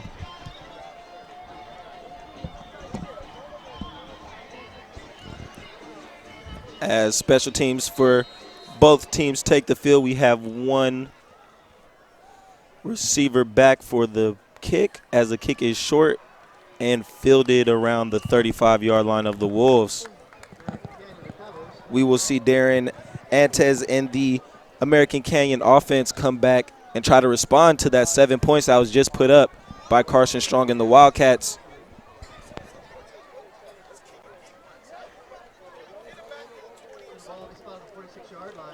As I am Dylan Collins here with Anthony Williams and Brian Nelson here on the SCS Sense Network. We have 7 minutes left here in the 3rd quarter of this Woolsey Wood versus American Canyon game. That you briefly saw where you could watch us. The ball is snapped and pitched back to the running back who is met at the line of scrimmage by the Wildcats. Nice wrap-up tackle by Wood. I believe that is number 50. Or number 80, also a star receiver on the offense, number 80, Zach Marsh Wojan. Yep, got corrected there. Mid-game, Wojan. Yeah, they just stopped the run on that one. He tried to make a beautiful cut, but they were right there to stop him. 2nd and long for the Wolves. Antes calling out some adjustments at the line of scrimmage. Decides to keep the ball, runs it up the middle, has a little daylight, and he is going at the 30, makes a nice cut back in, tries to fight off a defender, and he is wrestled down at the about the 10-yard line. Nice run by the quarterback on the keep. And let's look at a replay of that key from Darren Antez as he is going to fake it to Rapacon, hit upfield, and there you see Tabola bite on that fake, and nobody was back there to protect. Only thing that saved the touchdown was a great pursuit by Asa Wondeh to make him slow down and make that cutback, and good pursuit by Miles Riggins. But, man, Antez has been electric here for the Wolves. Let's see how the Wildcats respond after letting up that big run. Their backs against their own end zone here. Antez under center, another man in motion. Hands it off straight up the middle for a nice solid gain of 6 to 7 yards, which will bring up a favorable second and short for the American Canyon Wolves. Yeah, can still get a first down if they reach the 1 yard line, as the line of scrimmage is the 11. But Rapacon, what I liked is Robert Copeland and Zach Marsh Wojan try to strip the ball from the running back and try to create a turnover there. Yes, you're going to be pinned inside position, but you can't let the Wolves score yet again, as they're 6 for 6 on their drives, scoring touchdowns. As the Wolves come ready for the offense, muffled snap. Looks like it was recovered well by the quarterback. Antez right there. Lucky break for the quarterback. Deep in enemy territory, not giving up that play. Indeed, and that lets them live to fight another day, as it is 3rd down and short. Here we go, 3rd and 2.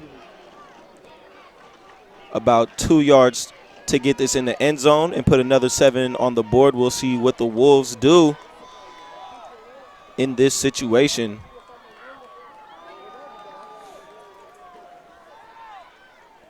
Man in motion. Pitch out, and it is dropped and picked up.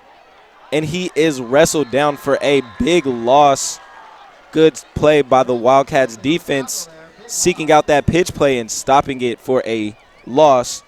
And let's look at the replay as Antez under center. He's going to fake it and pitch out, and that pitch just not in a good timing with the man in motion for the Wolves being Gabriel Chavez. So 4th down and long. We'll see if they go for a field goal or try and punch it in from 10 yards out. And number 12, Gabriel Chavez, looked like he was a little shooken up on the play as he comes off the field. A 4th down and about 7 yards to get into the end zone for the Wolves, as there's a lob up to the end zone, and it is just over the fingertips of the Wolves receiver number 3, Gamon Howard. I bet he wished he had that one back, right, Anthony? Yes, he definitely wish he could have that one back. It was just a little bit overthrown, but sometimes you just have to take your time and find the ball. It looked like he just thought he could go up and get that one, but it was just over his fingertips. Yeah, overthrown by Antez. Howard actually looked like he pushed off a little bit on his defender. But, man, that's the one break that the Wildcats needed.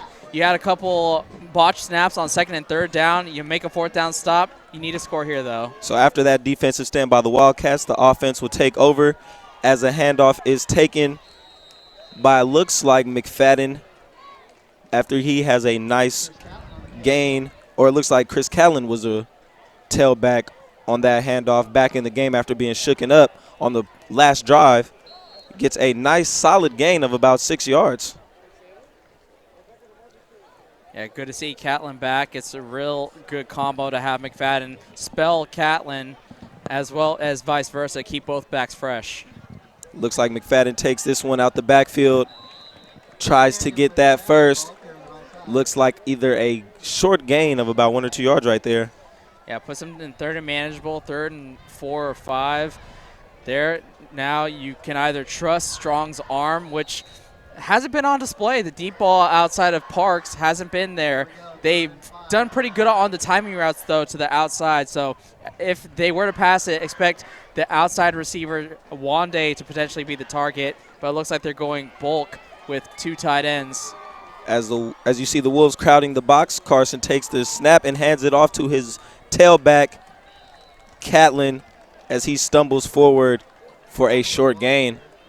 Nice play by the American Canyon Wolves, staying home and being disciplined and not allowing the first down. Brings up 4th down for the Wildcats. As you just see the Wolves all over the run now. They're not trying to let any more big plays happen so the Wildcats don't get any more momentum. Strong under center once again. Try to get him off with a hard count. Hands it to his back, McFadden, who breaks it outside.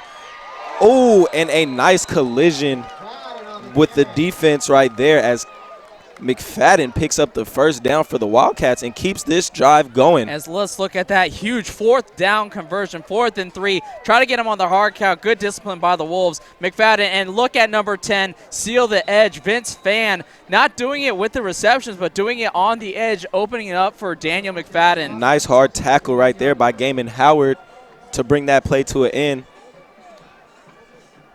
As Carson Strong has one receiver out to the near side of the field, he drops back, tries to evade the pressure, and is unable to. Sacked by number 23 of the Wolves, Ethan Hughes. Wonderful defensive play right there by the Wolves. And they do say he was sacked. I thought he tried to dump it off to that running back who's standing right next to him, but they said his knee was down before he released the ball. So huge first down sack, puts them in 2nd and long. And you got to believe it was the running attack that got them the first down. And it can't be encouraging for Carson Strong that as soon as he drops back, he gets sacked. And you can see he's slightly frustrated, shaking his head after that play. His offensive line has been doing a terrible job at protecting Takes him. the snap and the drop back, tries to get it out to the receiver to the sideline. Strong does to his receiver, number 5, Deshaun Parks, who seems he was able to come up with the catch. Yeah, get back to the original line of scrimmage, pick up that 10 yards you lost on the sack, puts them at 3rd and 9. And again, that's the routes that have been working, are those intermediate toward the sideline routes, the curl routes, the out routes. So here, 3rd down and long in the shotgun, expect those routes to continue. Carson Strong once again with the drop back, looks to his left, evades the pressure, looks to his right, hits his check down receiver who breaks a tackle, has a lot of daylight, and is out of bounds. Number 10 on the reception, Vince Fan, on that catch, and a nice chunk of yards after the catch and contact. Yeah, Vince was pretty fantastic on that play, picking up that crucial 3rd down conversion as he got a nice block on the outside from his teammate, and he gets past midfield, and they have excellent field position at the 40-yard line with 16 seconds left. Clock still running down in this 3rd quarter. 1st and 10 for the Wildcats. Handoff to McFadden. Short gain on the play. And that will do it for the 3rd quarter. And so Wildcats are driving down 12 points, and they are on the 40-yard line and threatening as we head to the 4th quarter. Now at this time, we're going to set it to the sidelines with a special group of people. So, group, what do you have to say? Thank you for watching the Solano College Sports Network.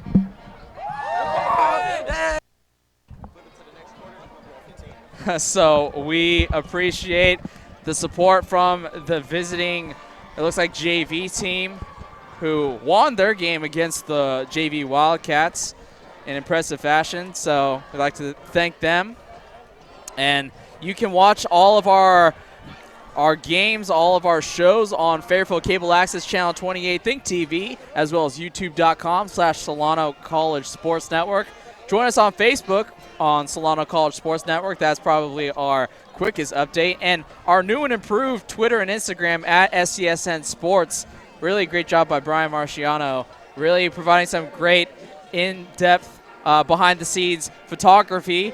And let's send it back down to the field to hear from the cheerleading squad of the Wolves. Thank you for supporting the Solano College Sports Network.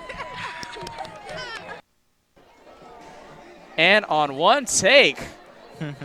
So that's done a lot better than some of the athletes we've had in our studio. Shows the promise of our future with our high school students, so we appreciate them. So Brian Nelson here taking back the play-by-play reins as Carson Strong steps back in the pocket, looks deep down the field. Wondeh is tripped up, and it is going to be incidental contact as Wondeh was looking for that PI call. Yes, Strong loves to go deep to one of his favorite targets, Wondeh, as he was tripped up on that play. Lucky there was no interference called, but that was the good call by the officials not calling that, because it seems like they just managed to get tangled up accidentally on that route right there. Yes, and I know Carson Strong is very mad because it looks like Wondeh would have walked in the end zone with that pass. So 3rd down and long. They've been able to pick up 3rd and 4th down conversions on this drive that's put them at the 39-yard line. It's been very important as the Wolves failed to score for the first time on the 7th possession that they've had, scored on the first 6 to get them to 42 points.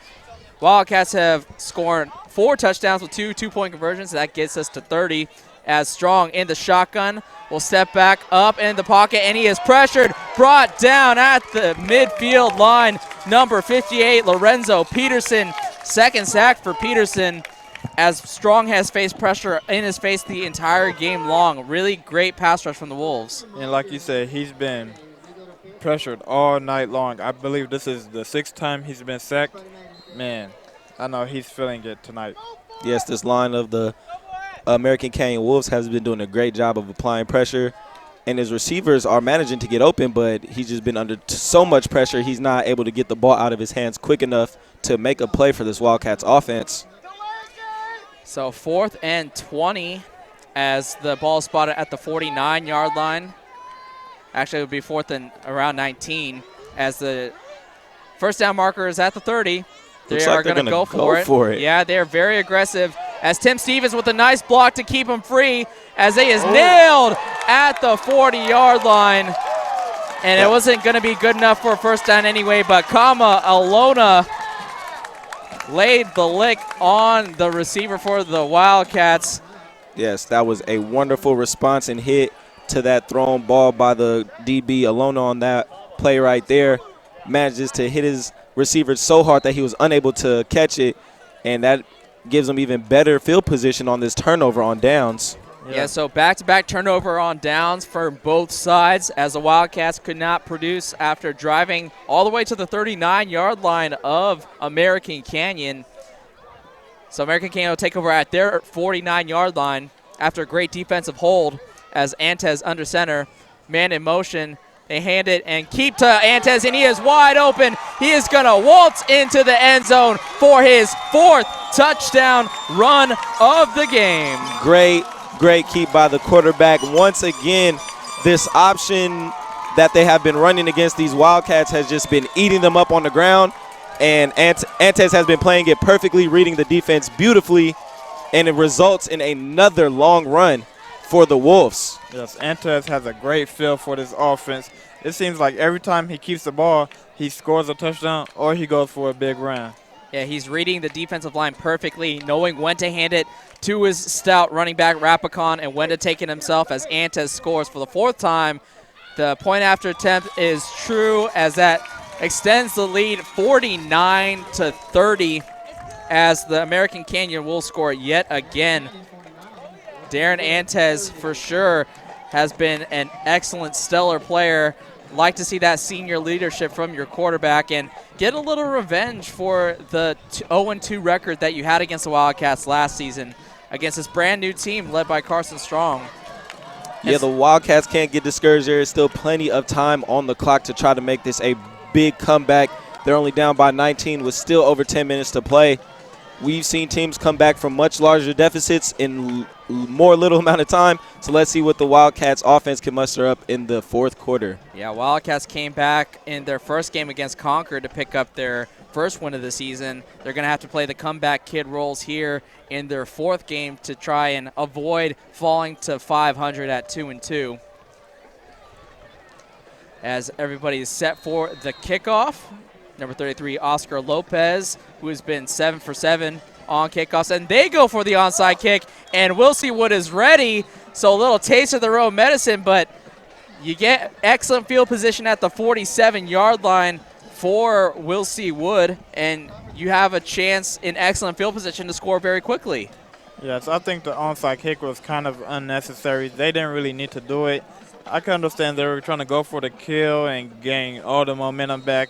But at this time, you have to just keep doing what you're doing and make them start from their own end zone. I think this is a little tongue-in-cheek little I see what you've been doing this entire time as Carson Strong dumps it off to his receiver, Wondeh, and he sprints up the sidelines, tackled up high at the shoulders, going to be brought down at the 30-yard line. Nice play by the quarterback to get the ball out his hands over the defender's fingertips and into his receiver's hands, who was able to cut it upfield for a nice gain and another first down. We will see here on the replay, Wondeh with the bubble screen, Tim Stevens leading the way, as well as Vince Fan, the great blocking receiver for the Wildcats, picks up a huge gain on first down.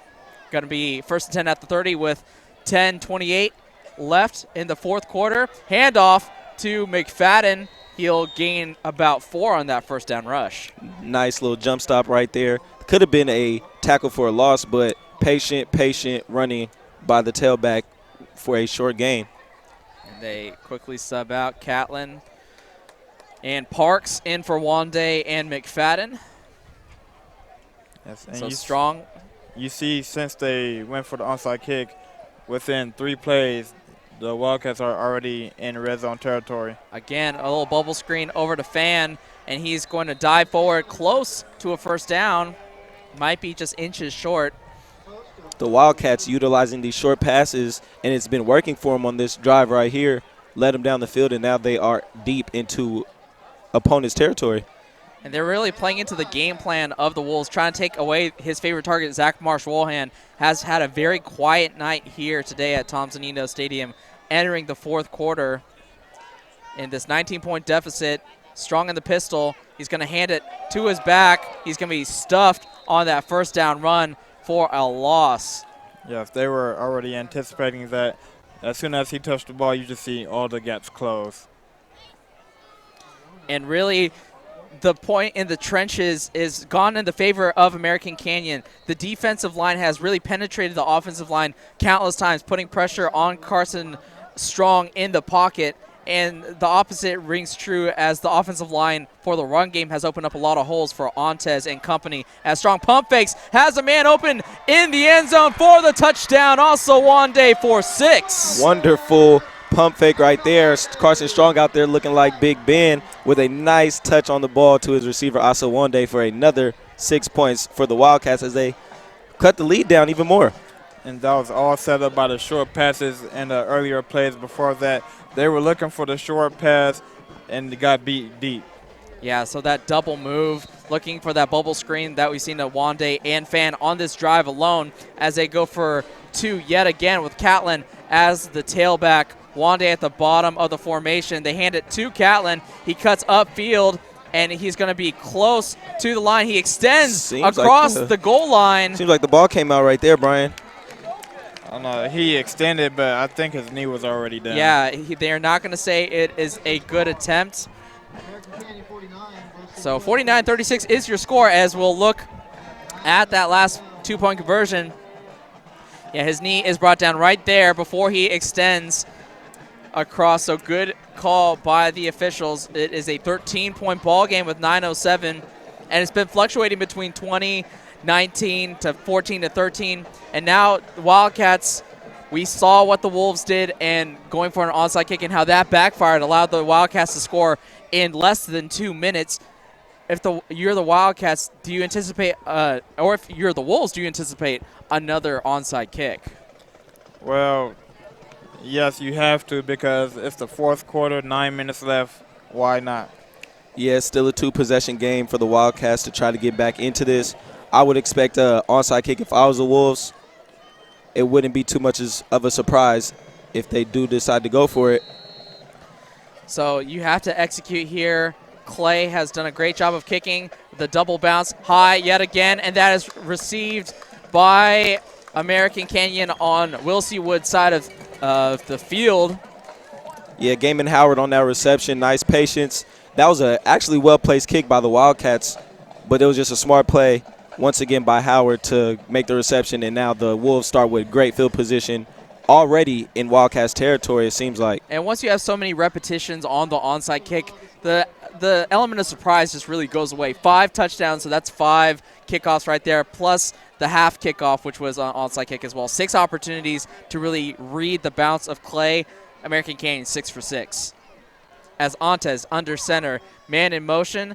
They hand it to, they fake it to Rapacon, and Antes takes it himself, and he's going to be tackled at the 43-yard line for a gain of about 7.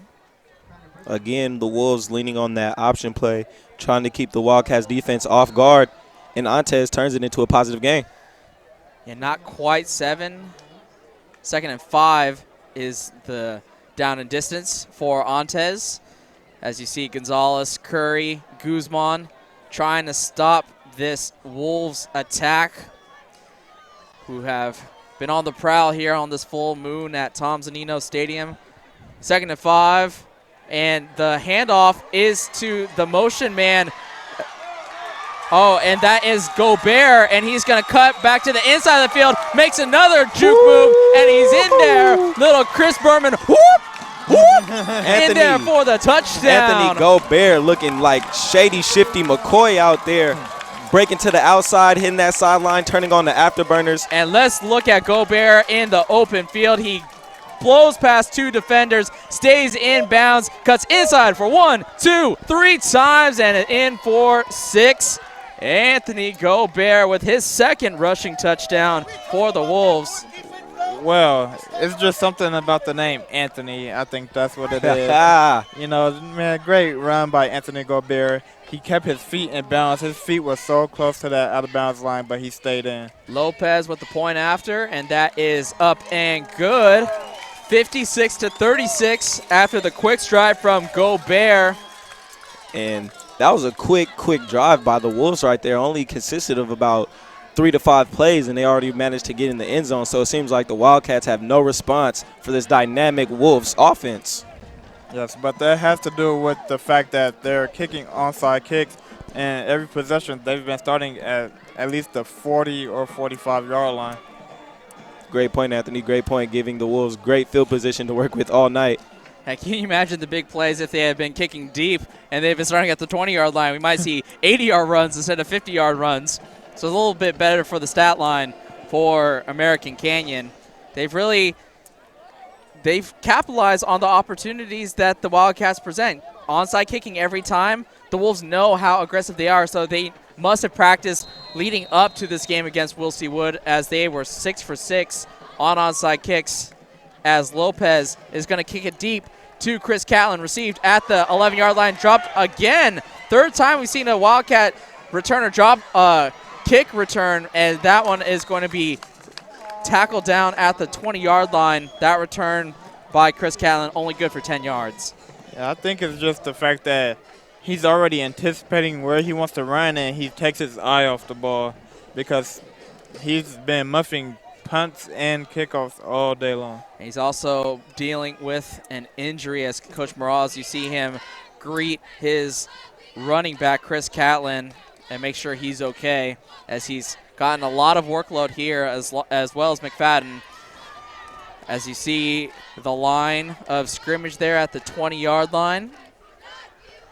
Got a special cameraman, Bill Way, from Fairfield Cable Access, trying to show us kids what's what on the camera.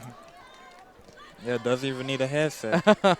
As Strong outlet to Zach Marsh Wojan, and he makes a move and cuts upfield, and he strips the ball, and it is on the turf and is recovered by American Canyon at the 34-yard line. Wojan, you have to have some better ball security on that ball. That was a nice reception, made a nice play in the open field, but the defender on that play just was able to strip him and get the ball from out of his possession, and it seems like the Wolves have recovered the ball. Yeah, at the bottom of the pile, Gamon Howard, the safety and wide receiver, and he is going to be flagged for taunting as he clapped in the face of Zach Marshwallan. And you see the referee's explanation right to the coaches. He clapped in the face of Will C. Wood as soon as he made that, as soon as he came up from the bottom of the pile, and the refs caught him there, so that'll back him up. But nonetheless, Wolves create, I believe, the first turnover of the game. Yeah. In a pretty solid game throughout. Only turnover on downs thus far. And It might be a game sealer here with a 20-point game and the Wolves offense back on the field. Yes. Great. Great job by Zach Marsh Wojan by fumbling the ball. Now you give the Wolves possession of the ball and good field position. And as far as this game has been going, they've been scoring almost every possession. And don't expect them to let up any. There's some bad blood going on as the Wolves were eliminated in the playoffs by the Wildcats last year in the first round. So that taste has to be in the mouth of some of the returning players as well as their fans. As you can hear them rumble in this 20-point ball game. 7:53 left in the fourth quarter. Antez under center as they hand it to Rapacon in there for a short gain of about 4. Yeah, and as you mentioned earlier, Brian, how they were eliminated last year by the same team, you can tell the emotions are high in this game, as which could have attributed to the previous penalty on that wonderful play by Howard, causing and I believe recovering that fumble as well. Yes, and if you're the Wolves right now, you just want to keep running the ball, chip the clock away, and move on and get this W. As a second down handoff is faked, Antez keeps it himself, and it's going to be tackled down by Anthony Guzman, short of the first down marker. So 3rd and 2 will be the down and distance upcoming for the Wolves offense. And the Wolves not being afraid to just smash it up the middle. They've been doing it all night. It has kept the defense honest, and it has allowed them to break it out to the outsides when need be. And I would not be surprised if they run it right up the middle on this 3rd and short with all the confidence that they have. 3rd and 1. And 3rd and 1 is a dangerous down and distance for this wing T offense of American Canyon, as Darren Antez will settle under center in moments. Man in motion. They hand it to Rapacon. And Rapacon breaks a couple tackles. He's going to cut toward the right side of the field, and he's going to be brought down around the 21-yard line. Antez with a great fake yet again. My eyes went straight to Antez, but Rapacon, as we'll see on the replay, maybe I can watch it in the replay, as Rapacon, he bounces off of his own man and wasn't really touched up the middle and is brought down at the 21 for a first down. And if I may just comment on the patience by the running back on that play. Nice patience following his blockers, able to bounce it out at the correct time and get a great game for this Wolves offense. Yes, the Wildcats don't know who to pick. They want to guard Antez. They want to guard Rapacon. They can't guard both, obviously. So you just have to pick and choose, and if you guess wrong, then that's a big round. That time they gave it to the tailback, Chavarria, for a short gain on first down. Bring up 2nd down and 8. And Rapacon just does a great intangible thing, and he just falls forward. And that extra 2 or 3 yards you get just from being tall gets you, instead of a 2nd down and 8, it gets you 2nd down and 6. And then that obviously works on 2nd down as well, as you get 3rd down and 2. As Antez with the handoff to Chavarria. And it's very surprising, Brian and Anthony, that we haven't seen the Wolves take many shots, even in enemy's territory. They are sticking to their game plan and keeping, again, this Wildcats defense honest to respecting this run game. Yeah, I can count the number of receptions on my hand. Do they have a reception in this game? Yes, the Wolves, they probably have at least two or three. Yeah, they haven't had many, but that just shows how good they've been on the ground. Yeah, you know I'm going to run it. I know I'm going to run it. Yet somehow they have accounted for 8 rushing touchdowns here in this ball game with less than 5 minutes left. And Brian, it's just the options on this offense. Antez could keep it. Aalona can run it in. Howard is having a cool game, even though he hasn't got into the end zone, but he is well respected on this offense. Rapacon with a touchdown and Gobert with 2 himself. This Wildcat offense, just a lot of options to work with, and the Wildcats just can't seem to adjust to it. Yeah, to put things in perspective, folks, coming into the game, 6 players had rushing touchdowns. Rapacon led with 5. Chavarria led with 3, and he was tied with Aalona, as Aalona broke that tie with his 4th rushing touchdown. Antez, the quarterback, only had 1 rushing touchdown. He has 4 here today. Gobert had 1. He has 2. and Chavez has one as well. So a lot of weapons, and they've spread the ball around, and Rapacon came in with the lead. He'll stay with the lead as long as Antes doesn't run in. If Antes runs in for his 5th touchdown, he'd be the co-leader for the Wolves on the season in rushing touchdowns. As that measurement will bring up a 3rd down and short. And another thing that we haven't really addressed is the passing game of the Wildcats. Entering this game, Carson Strong is the leading passer in the state of California in high school. Tonight, the passing game has just been non-existent. This Wolves defense playing very, very well tonight. Yeah, I don't even think he has over 100, maybe 150 passing yards in this game. Handing to the big bruising tailback, and he picks up that yard that they need as Rapacon churns those legs, gets down inside the 5-yard line for a goal-to-go situation for the Wolves. Rapacon only 5'7", dives forward. Even if he dives forward, that's not exact. That's just about 2 yards in that 3 feet in the yard, being 5'7". And just watching this game all day, if I was on the Wildcats defense, I can almost guarantee that another run is coming, and I hope they are ready to stop it in this goal line situation.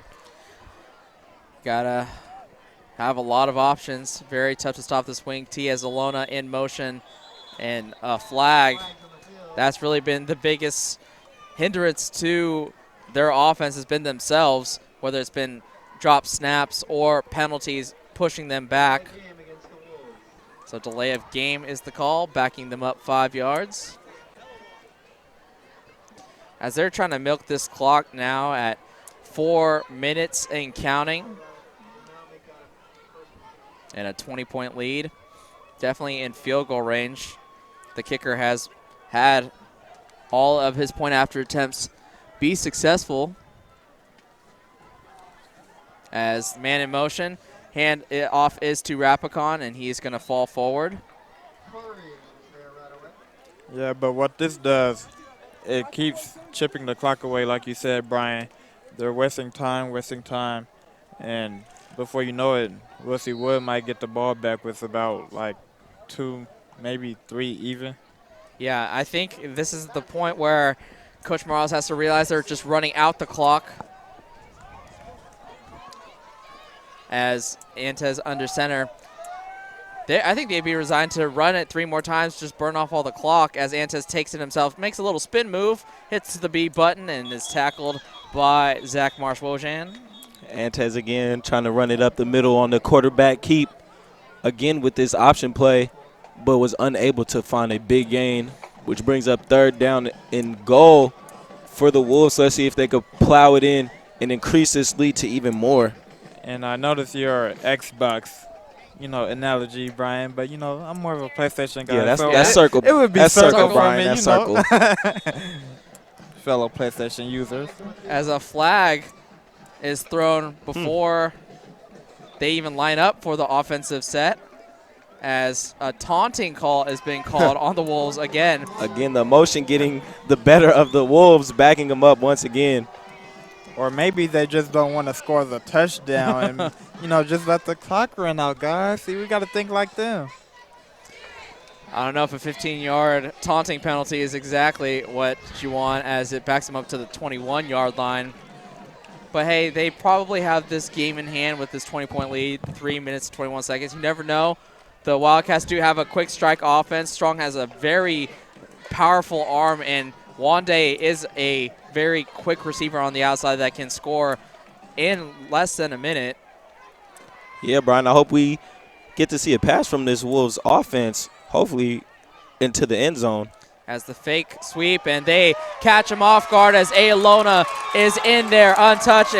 Gobert for his 3rd rushing touchdown.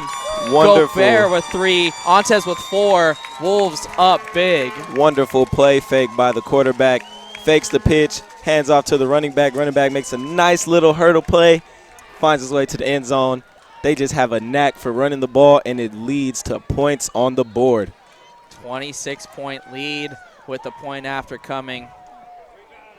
And I, as a fan of math and palindromes, hopes he hits this 63-36. That one's up and good. So I get my wish. Wolves fans get their wish as they have 9 rushing touchdowns here against the Will C. Wood Wildcats. Yeah, just imagine if this was like high school fantasy football. You had Antez as your quarterback, and you had Gamon Howard, Aalona, just putting up points all day long. Man, you would be leading your fantasy league by far in points, no doubt about it. And could you just imagine the spread before the game on this, the spread on this game before it started? Now the spread is probably non-existent with the Wolves running away late in the fourth. Man, there should not be a spread on high school football. That is a gambler's addiction. Right, that is reaching true. way That is too true. far. Yeah, you're definitely addicted if you're gambling on high school football. As that kickoff is deep. Going to be fielded by Catlin at the 6-yard line. He rushes to the left side. He has blockers in front of him, and he's going to make a move up the middle of the field. Going to be tackled at the 38. So nice, strong kick return by Chris Catlin of about 32. Brings up 3 minutes left in this ball game. You're down 27. You're going to have to work very quickly and hope every bounce goes your way at this point. You have no margin for error if you're Carson Strong in the offense. Yeah, we know Carson Strong is is able to drive his team down the field and put some points on the board in late game situations. Let's see what he can manage to do now. Lee and Wojan at the bottom of the formation. They throw it to Marsh Wojan as he races toward the sidelines. Is going to run out of bounds, stop the clock after 7 seconds, or 8 seconds, as 2:52 is the stoppage of the clock. Yeah, smart play by the receiver to get out of bounds right there. And it's going to be close to first down. Just going to be marked down a yard short, as it was more important that Marsh Wojan got out of bounds as he's clutching his arm close to his body coming off of the sideline as Vince Fan, you see him running in, replaces Marsh Wojan. Yeah, he's taking some big hits in this evening. So has Carson Strong. I know they're both going to be icing their body after this game.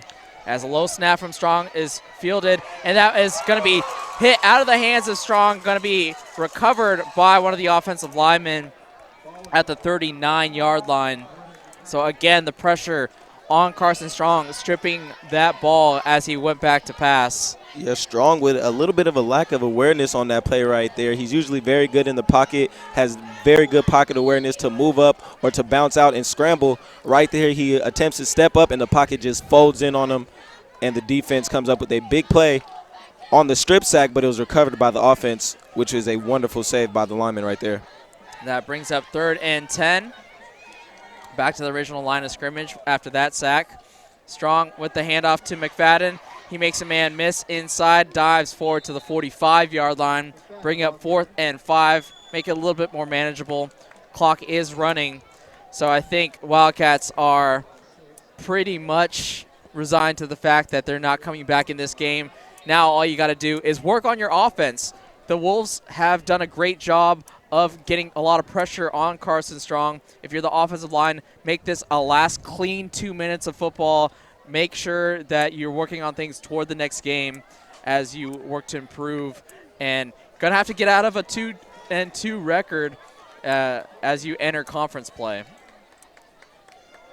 As Strong with the empty backfield, 4th and 5. Looks to his left, going to be taken down yet again. What do you say on the outside with another sack for the Wolves? Going to be turned over on downs. And that should do it, folks. Wow, and I don't know if you guys seen the actual play, but he just ran into the right tackle and he backed up and went straight for Carson Strong. It's like a little Mackish, you know. I just don't know what to say about it. That's the Don't know what to say about say. Man, yeah, exactly. Carson Strong getting up like days, like what is going on? Where is my blocking? And it just hasn't been here for him tonight, which results in the score you see on the scoreboard. Yeah, and that's the 8th time he's been sacked. I just have no words for it. Antez hands it to Rapacon. Rapacon still churning. He goes to the outside, and he's going to rustle in for the touchdown. So, little sauce on that touchdown run and a little retribution in the mind of Andrew Rapacon, as Antez definitely excited about that touchdown run with the game in hand, 69-36. Rapacon, I believe that's his second touchdown on this evening.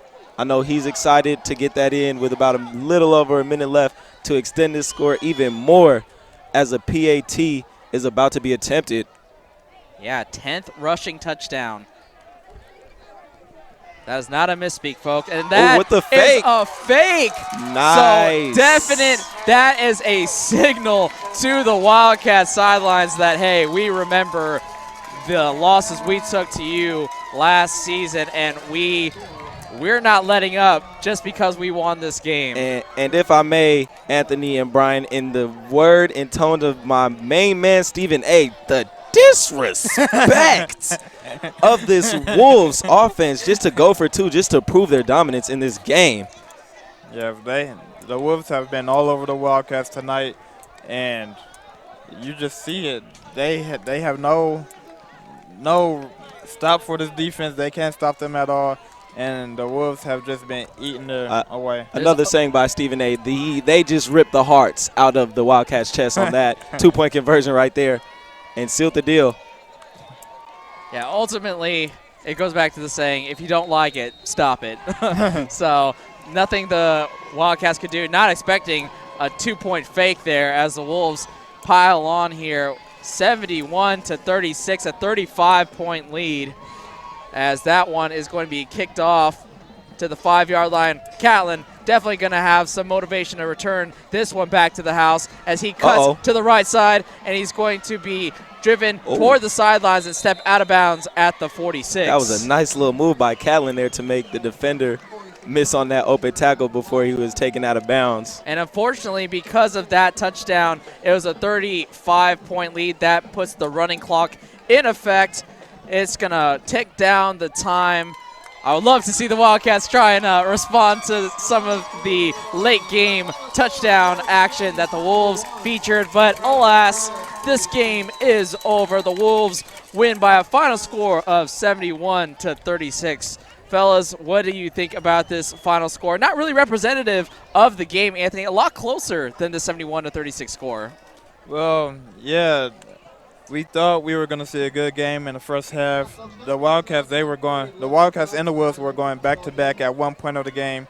Then the Wolves just snatched their hearts out and just kept them at 36. Yeah, I believe, Brian, that this was just a tale of the tape between the offenses of both ball clubs right here. The offense of the Wolves able to establish their game plan, which is the run, the run, the run. It worked out beautifully for them, scoring a plethora of times on each run. And the Wilsey Wood Wildcats, were just unable to establish their passing game, what they're known for. And today it showed up on the scoreboard.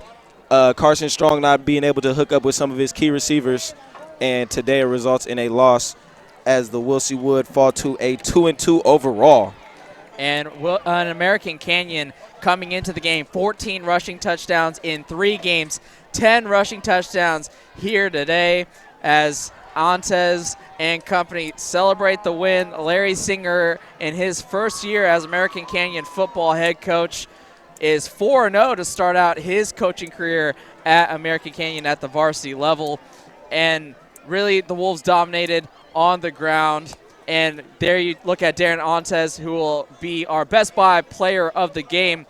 So before we send it down there to an interview with Myckena Guerrero, we'd like to thank you for watching. For my colleagues, Anthony Williams, Dylan Collins, and in the first half, Josh Kinder. My name is Brian Nelson. Thank you for watching the Solano College Sports Network. Wolves win 71-36.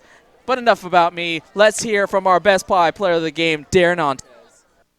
Hey guys, I'm Myckena Guerrero with the Solano College Sports Network, and I'm here with our Best Buy player of the game, Darren Antez. Darren, congratulations on the victory tonight. Thank you. You guys had a phenomenal game. You guys came in, fired up. It's Wood's homecoming. You beat the streak. What was your mindset going into tonight's game? Just throwing it back to the last couple of years. They beat us last year 2 times, more than like 100 points to 60 points. and it's just one game is hit 71 to 33 or something like that. It's all a team effort. You guys had an outstanding performance on both sides of the ball. You had 4 touchdowns yourself. What is all that success owed to? All obviously to the linemen, all the coaches, all effort and our heart is all out to them. And you guys are 4-0. How do you plan to keep the momentum going into next week? Just think that we're like 2-0, or I mean 0-0. Like game never started yet. We're looking to play the next teams and all that. Well, congratulations, Darren, and good luck next week. Thank you. American Canyon had an outstanding performance tonight and ended up beating Wood Wildcats on their homecoming 71-36. On behalf of Darren Ontes and myself, thank you for supporting the Solano College Sports Network, and we'll see you next time.